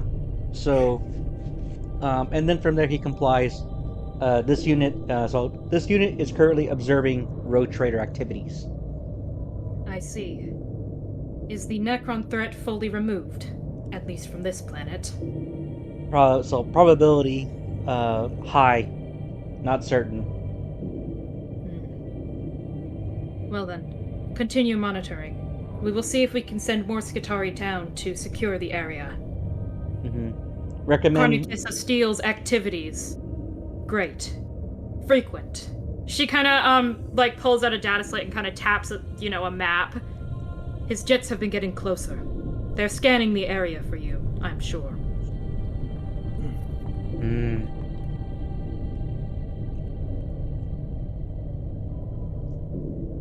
Inconvenient. Greatly. She basically, you takes out basically, a couple of Kyurgen tools and begins to sanitize, some of the augments and the power armor, etc. that's on your body before she starts basically stitching things back together. Soldering time. We cut back down to where the Clovis, Llewellyn, Smythe, Matthias, and Urzin are still down in the tomb. You're forgetting Murphy. And Murphy. And Murphy. Who's currently hovering over Clovis's shoulder. As you connect to him, Gradius. I'd like to point out this is an excellent opportunity to remind the audience that Skatari alphas are able to be remotely controlled by tech priests in orbit to better relay orders directly to the rank and file. Oh wow. Yep. Funky. Which is why V said we're gonna send down Skatari, actually. As you guys are basically sitting there, you hear what appears to be the sounds of a bunch of in-unison footsteps, basically marching down, the sounds of two pairs of footsteps marching down the hallway behind you guys. Lord Captain. Yes? Should you will it, I'm available to go and scout inside of that tunnel that leads deeper. Our Skatari reinforcements shall be here shortly. we need the information. We could use updated intel. Understood. Clomp, clomp, Was that a clomp, yes or a no? Yeah. Okay. clomp, clomp, clomp, clomp. Me, You Skid, did not know. He You're was just like we could walking use away, updated. and then you stop and turn around. So is that a yes or a no? No, Matthias would know. Matthias would know. Skid just doesn't because it's 11 p.m. So But Matthias, as Matthias you're would. basically leaving, you pass two Skitari basically stomping. You go to like kind of hail them, and they just walk past you with a mission. As Clovis, you see two Skitari, like basically foot soldiers, stand, give you the sign of the Aquila, hail the Omnisaya. We have information for rogue trader Clovis Llewellyn Smythe. Would you like to receive report? Share your information now. You see, basically one of them plays like a pre-recorded message from, Loka, who has been up on the bridge. Greetings, sir. We've got Gradius up to the ship safe and sound. He's currently being operated on by V in one of the wings to repair his augments and get him back in fighting shape. As for the activities on the surface of the planet, I'm not sure you can hear it where you are down there, but, things have gotten ugly. This settlement has fallen despite anti-air defenses as they began orbitably bombarding it with, their cruiser. Currently, the settlement has been destroyed. We're looking at its smoking ruin, and we're pretty sure you only have a very limited amount of time left before those ships, fighter jets, pinpoint your location and try and block you in. Any more operations should be done as swiftly as possible. Very well. You two, Skitari, Yes, sir. follow me. There is yet one place unexplored in this tomb, and I wish to investigate before we leave. Afterwards, you are to remain behind and rig this place to blow. They salute you and basically begin following in the same perfect in unison footsteps stomping behind you. Erzin, with me. Yes, sir. Murphy We're Fine. gonna ignore how I follows. actually jumped to attention. We're just Doodling, and gonna... it's like, oh yes. I mean, you're not getting any brownie points for it, but it is noted. And appreciated from me, the player, because that's good roleplay. Anyway, yes. Oh, we're just moving on ahead. Yeah. Okay. With Matthews going first because I need to stealth. Please let me stealth. I have all the stealth skills. I want to stealth somewhere, please.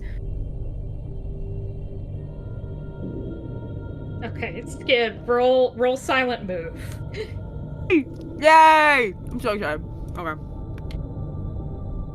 Wait, hold on. Let me double check my dex real quick. Or agility. Agility. Fantastic.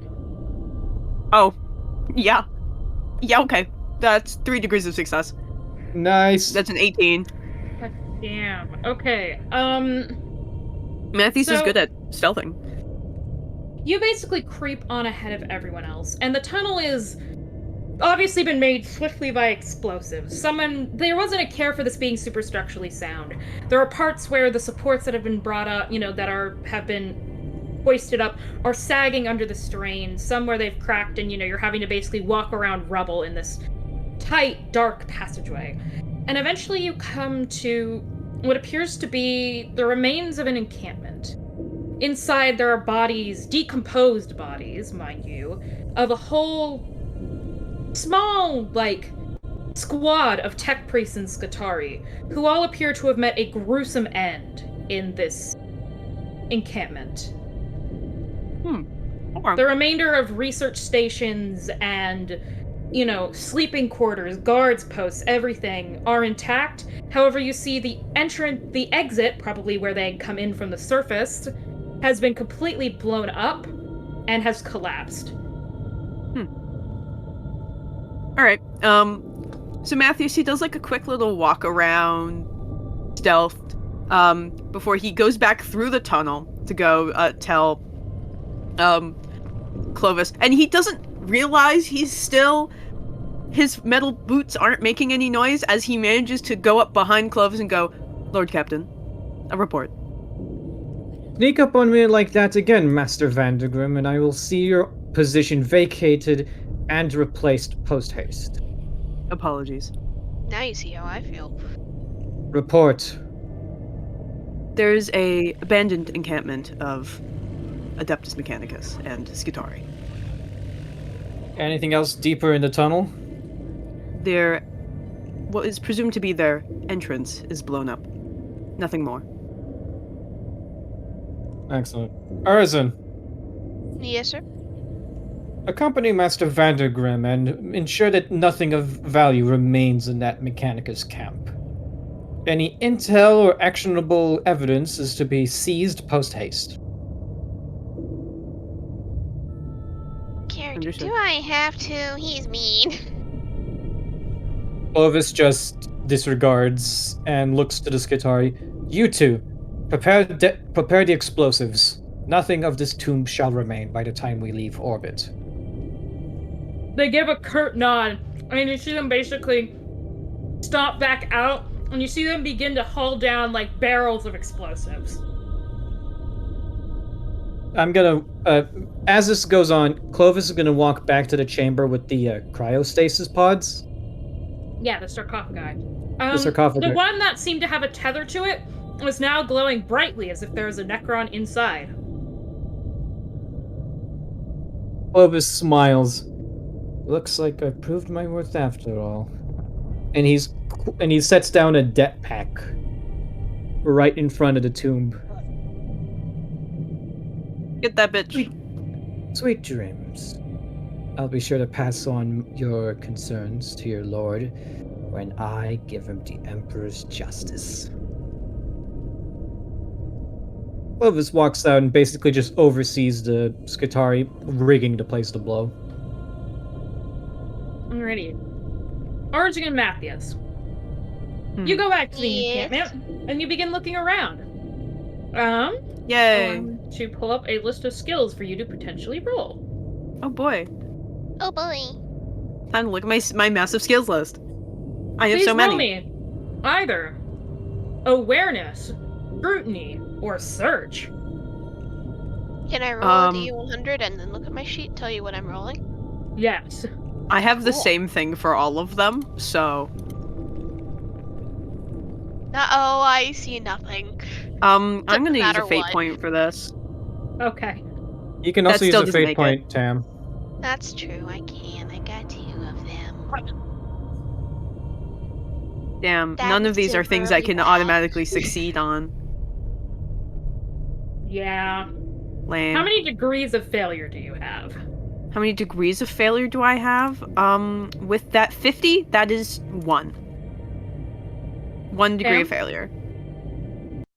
With the 77. What was the things you were saying? Awareness, scrutiny, search. Perception is a 50. Okay. First of all, Skid, call it high or low. Hi. Okay. You are poking around, you're searching some of the bodies, and you eventually find a singular data slate on one of the tech priest's bodies. Ooh, data slate. Oh boy, oh boy. Yeah, I'm gonna snag that. Okay. Urzin, 1, 2, or 3? Yes. 3. You are Oh. in luck. Alright. You poke around a little bit, and you find what appears to be... How do I put this? Okay.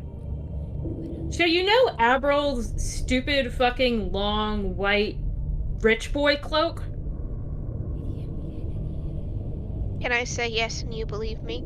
Yes. So there's a Cool. scrap of that fabric lying on the ground. Oh, fun. He knows this well. I, as a player, do not.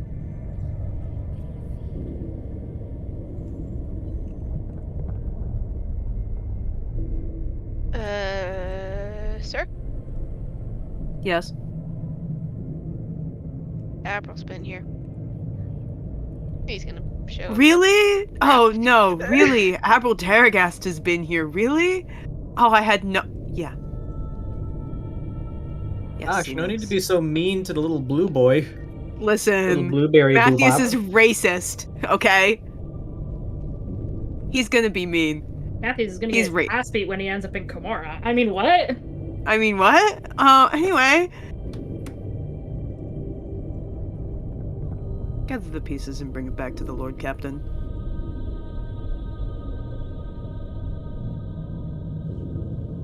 Yes, sir. Wonderful. He is going to sass him, but not when he is facing Matthias. Teehee. Sass Matthias when Matthias isn't around.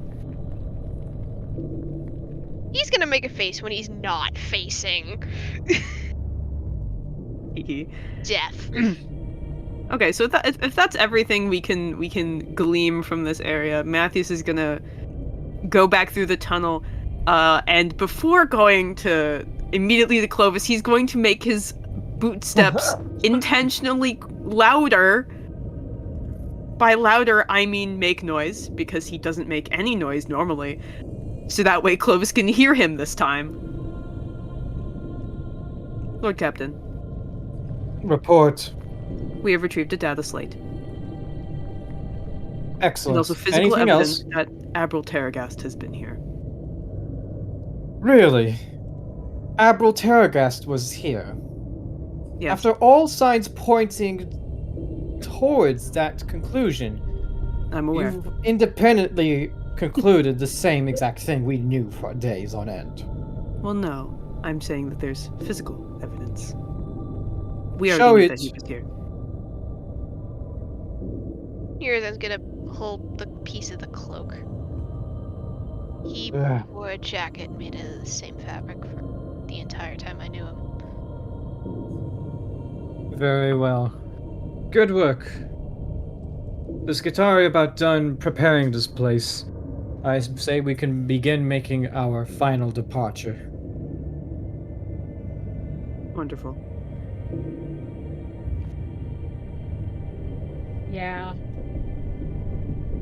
So, you leave Yeah. the tomb. You fly back up to the ship on the Arvis lighter, The ship. and you leave the planet below behind. You've gotten what you came here for. However, you still have that data slate. I'm gonna walk on down to the med bay where our dear friend Gradius is recovering. Alrighty. I hand him the as he's on the table, like, you know, getting reopened and stitched back together. Clovis is going to hand him the data slate, so you can preoccupy yourself while you recover. Understood.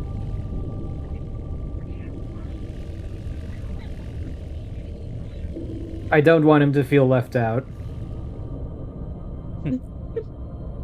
Alrighty. Gradius, would you like to try and crack this thing open? Sure. What do I need to roll? Let's see. Tech use, please. So tech use. Okay, that's gonna be with a plus 20.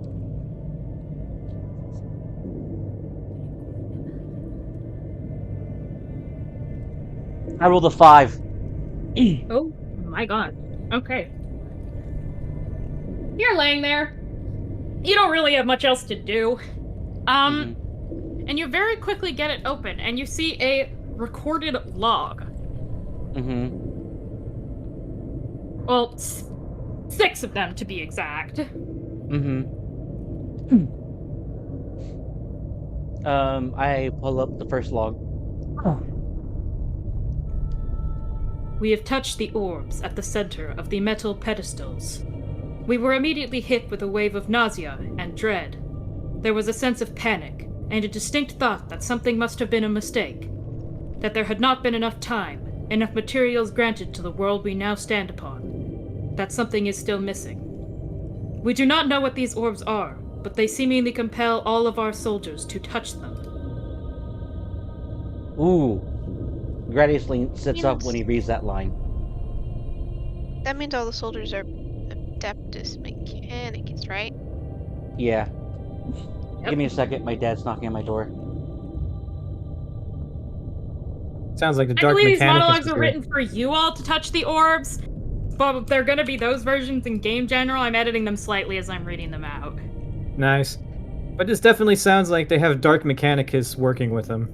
Like heretics, yeah. Yep. So, what was it? During this whole ordeal, Elune, would it be Mhm. possible that when the Mechanicus that were, or the Skitari that were, with Clovis, I could have controlled them to hide any kind of inconvenient, like, information? What do you mean? Basically, if there's anything that would be proved to be very overtly heretical, like, Mechanicus are always looking out for other Mechanicus, even if they don't get along. Yeah, this radiates just the fact that they're taking such detailed notes on Xenotech has bad vibes to you. Okay. So, yeah. And then from there, I just go, with the data slate. And I make sure to make a note of that as well. So, everything I'm currently reading, just assume I will have it be as a prepared report for the crew, or for the retinue. So everything I'm learning, I'm going to be sharing with the rest of the party. Okay. Alrighty, that was the first log. I accessed the second log. Alrighty, 1 second. I'm like real quickly pasting these so I can send them all once I'm done reading them.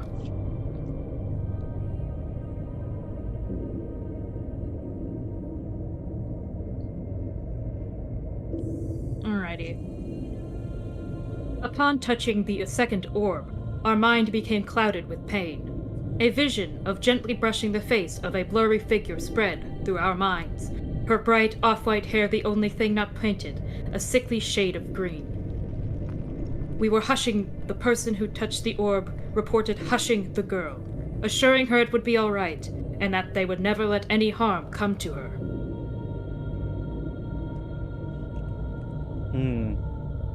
A child? Now we know the gender. Good to know.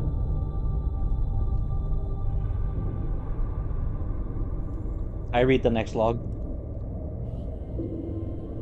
There was anger in this vision, along with profound grief. We saw ourselves, no, someone who we were looking through the eyes of, closing a metal sarcophagus. There were no eyes on the body of the creature we possessed, but if it had them, we would assume it would have been crying.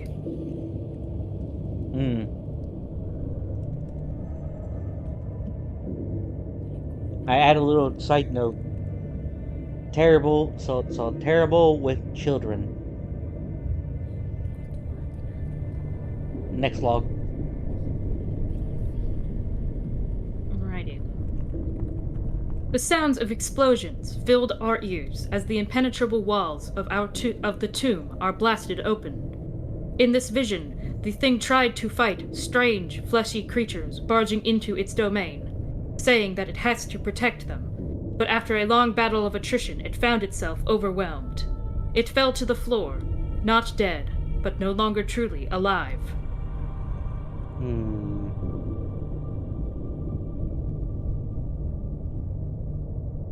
Is the head mechanicus, is she basically able to read this stuff over my shoulder?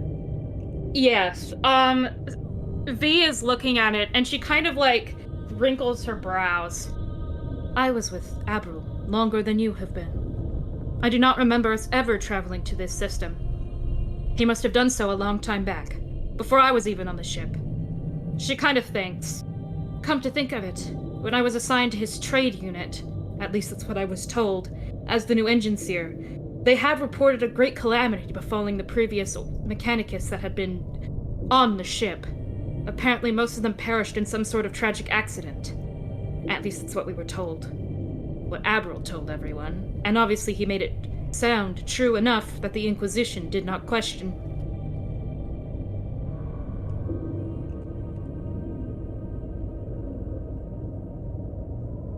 Hello? Is it cutting out? Yeah, I couldn't hear you until just now. Oh, it just cut out for me.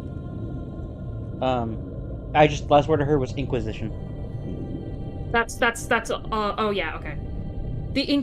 At least not enough to attract any prying eyes from the Inquisition.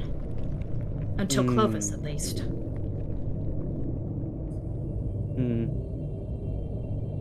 Interesting. I'm out of 4 out of 6 logs now, right? Yes, that was the 4th log. Alright, what's the 5th log say? When we touched the next orb, we heard screaming nearby. It sent a visceral chill up our spines as the world around us crackled and warped, as heavy metal objects collapsed to the floor. Eventually, there was another scream in a language we recognized, but was not low or high Gothic. The child had fallen. She was gone.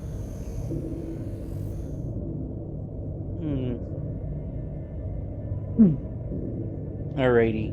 So, alrighty.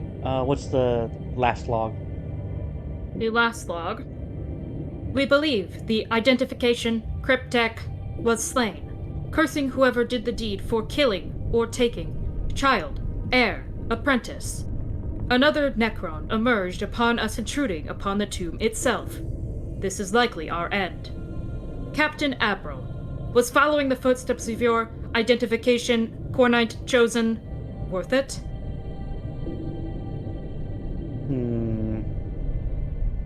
Oh, so he was a Cornite worshipper. Abril isn't. Oh. I'm posting all of this in Game General. These are the ones that would have been it from your perspective had you guys touched the orbs. So the wording is different from what I read out versus what's in Game General, but everything else is the same. Oh, so it was like a fuck around, find out kind of thing. Yes, and you didn't fuck around and find out, so I put it in a different spot. Right. So, good to know. And then from there, I basically share these findings with the engines here, V, and I'm gonna go. So it says that they currently lost the child. How long ago was this log? This was a couple of years back. The date that doesn't have a year, but looking at basically, you're able to basically poke around at when this data slate was last booted on, looking at some of the logs, and this was a while ago. Like, Wait a 10, second. 15 years ago in real space time. That's a loon. Yes. Would Urizen know when this happened? You were not on the ship yet. Huh? In real space time, that's when this was recorded. Keep in mind that it probably was recorded before that. But warp time is strange and warped time. Urizen, all you know is that in the time that you'd known Abril, he never went to the system. You never took him here. He's been on the ship for like 20 years. Yup. Okay. Got it. Cool.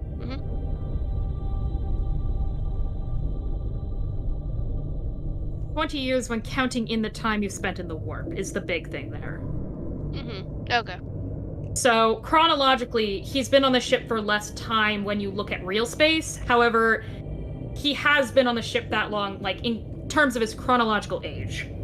Yeah, okay. Understood.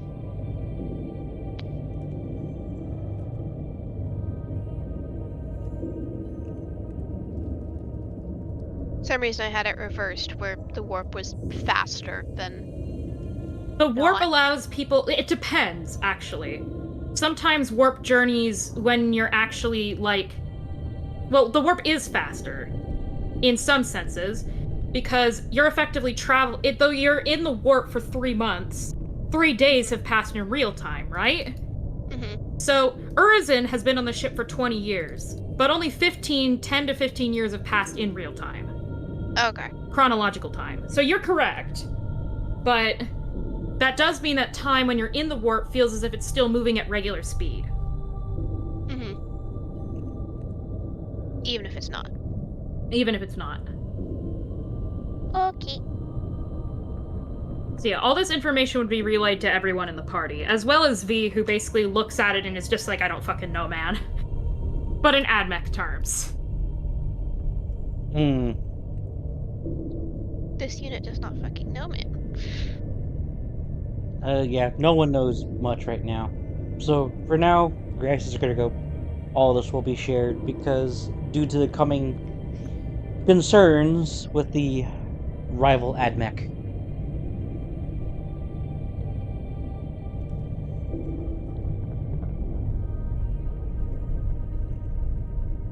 It is possible that there are Dark Mechanicus that were working for Abro. We already know he likely colluded with Chaos. What is a heretic on top of everything else? As of currently, I don't believe any remnants of the heretic sect remain on the ship. They would likely not have remained out of my sight for this long, nor yours. Mhm. I'm wondering if the sect that was lost was all of the heretics that Abro brought with him to that planet's surface.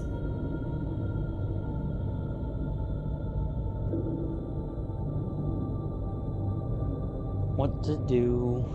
What to do? Clovis will be informed of recent developments. We will relay it to him.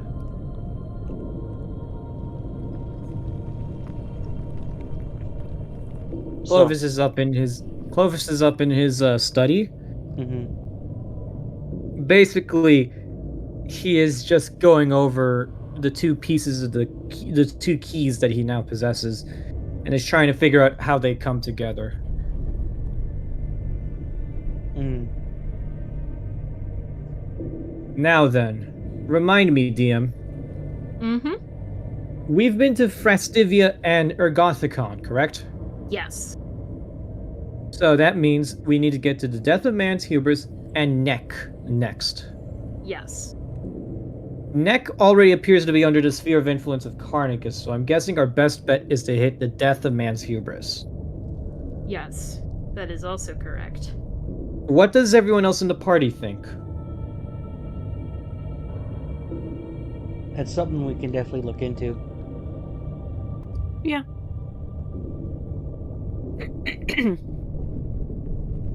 Would All going right. to the hubris place sooner affect how much or little control the other guy has of it? Yes. I mean, the Death of Man's Hubris is right next to us, and we've already been to the next closest planet. Yeah, I'm gonna Might as I'm well. gonna trim Neck in red, because basically, Carnicus' ship is currently on the same planet as her. They'll stick it there, also in orbit. But you can assume... Wait, no, that's the wrong one. Yeah, because he came from this side. So you can assume that he's already been to Neck. How much success he's had is up for debate, but he has been there. He knew you guys had been to Frastivia, passed it, and went to try and race you here.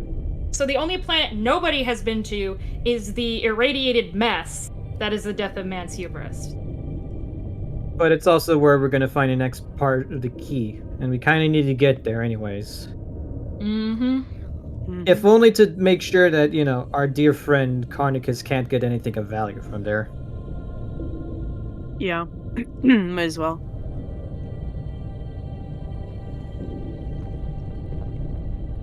That's why I suggest we go there next. Yeah, let's go there next. Yeah, let's go there next. Get there before Carnicus can get there. Alright, Clovis is gonna put the call in. Helmsman, do you read? Urzen, that would be you. He was talking to me. Yeah. Oh, yes, sir. Set course for the Death of Man's Hubris. You got it.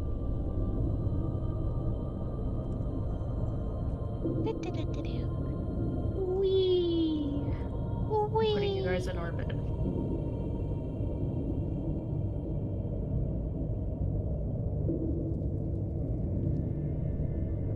Yippee. How much time is it going to take for us to get there? Enough time for you to be healed. Okay. Because you do heal 2 HP a day and you're always lightly wounded because of autosanguine. If it was a different character, you would not be fully healed. But because Gradius is Gradius, he will be fine by the time you guys depart for the planet's surface. Cool.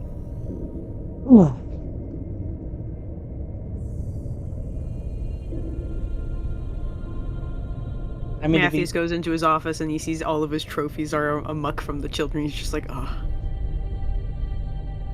You see they've made a little, like, puppet out of the... You know how you got the dog skull from that one crack session? It's basically on top of a whole... Of, like, you know, like a small little, stand, and they've wrapped, like, a little dress around the bottom of the stand he had it on to make it into, like, a little doll. Okay, he's laughing a little bit. He's doing a little chuckle. That's kind of funny. That's kind of really fucking funny. That's about all the destruction they've caused. Oh, this is delightful. This is great. He puts his funky new toy TM on his desk. It's the mandibles. He just sticks it on his desk and he like meticulously adjusts it until it's in the right spot and he goes, what do you guys think? Should it go here? Maybe on one of the shelves? You see one of the kids basically come out of the wall, and they basically scoot it slightly, they basically, like, point to where there's an open spot between, like, there's, like, talons from one beast and, like, the horns of another, and he kind of points to the spot in between them. Right, that's a good one. He, like, puts it there and he, like, scoots it a bit to the side and he goes, should be a bit more to the left, maybe.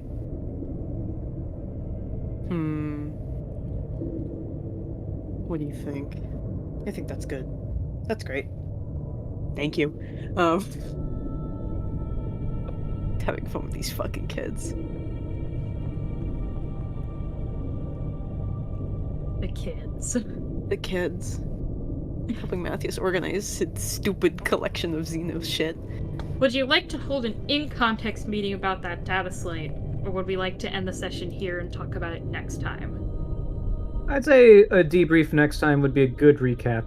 Yeah. Alrighty. I'm gonna forget that information by the time we play next. So I put it in that channel. Yep. So, with the ship now circling over the death of Vance Hubris, poor Gradius now up to speed, once again, and Clovis cursing Abril, probably even more than before, we will end our session for today. Guys, this was like the first session, like 5 sessions, that Matthias hasn't made a fucking fool of himself. He hasn't pissed himself! He hasn't pissed himself, he didn't, like, fall in any pitfalls. He actually did good shit today. I'm proud of my son.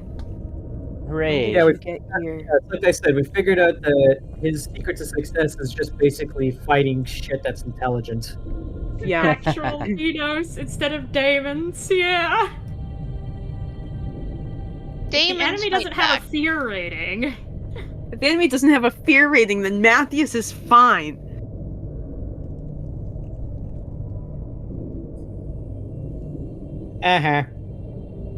Yeah, I have a really low willpower because it just makes sense for him. I don't need more insanity points. I think shit starts happening to him if I get, like, I don't know, 7 more of them. How many are you at? 13. Yeah, shit starts happening to him if he gets 7 more. So, Skid, don't fall on the ground and piss yourself again.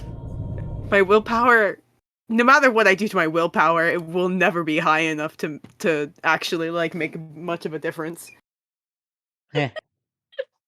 The cat is back. Do you guys want to see the cat again? Gibby. Sure. Gibby. Kitty. Wait. There we go. She's purring. Kitty. Yeah? Kitty. He is content. She's content. What are you looking at?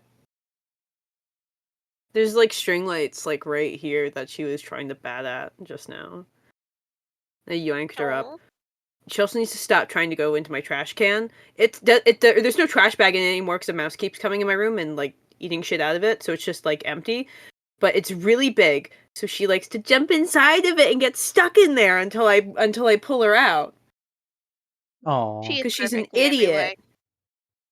Lovingly, My she's an idiot. Is that baby. right, Calypso? You're a dumbass? Yeah. Sounds like how I Yeah. talk to Artemis. Yeah, she's a dumbass. That's what we love about them, though. Mm. They're dumbasses, but they're our dumbasses. Yeah, she's my dumbass. She was napping with me earlier today. She was like cradled in between my legs and I had to pee so bad and I couldn't get up. At one point I just got up and she just stayed there and then I got back under my blankets to like cradle her with my legs again and then we were just like that for like 3 hours. Cuz every time I got up she would stay. Usually when I get up she'll follow me, but I think she was just too tired. too tired to care. She's too tired to care. She took her little midday nap with me. She knows I'm sick. That's why you keep bothering me. I mean, you keep bothering me no matter what, because you like being in my room, because the mouse is in here. Does she know how to 'Cause kill mice? No. No. No. I I have hear no idea purring. how old she is, but definitely, yeah, she's purring. She does not know how to kill mice. At all. She's been in my room when the mouse was also in my room, and she stared at it, I think, and it just left. She's a kitten, I think. I don't know how old she is.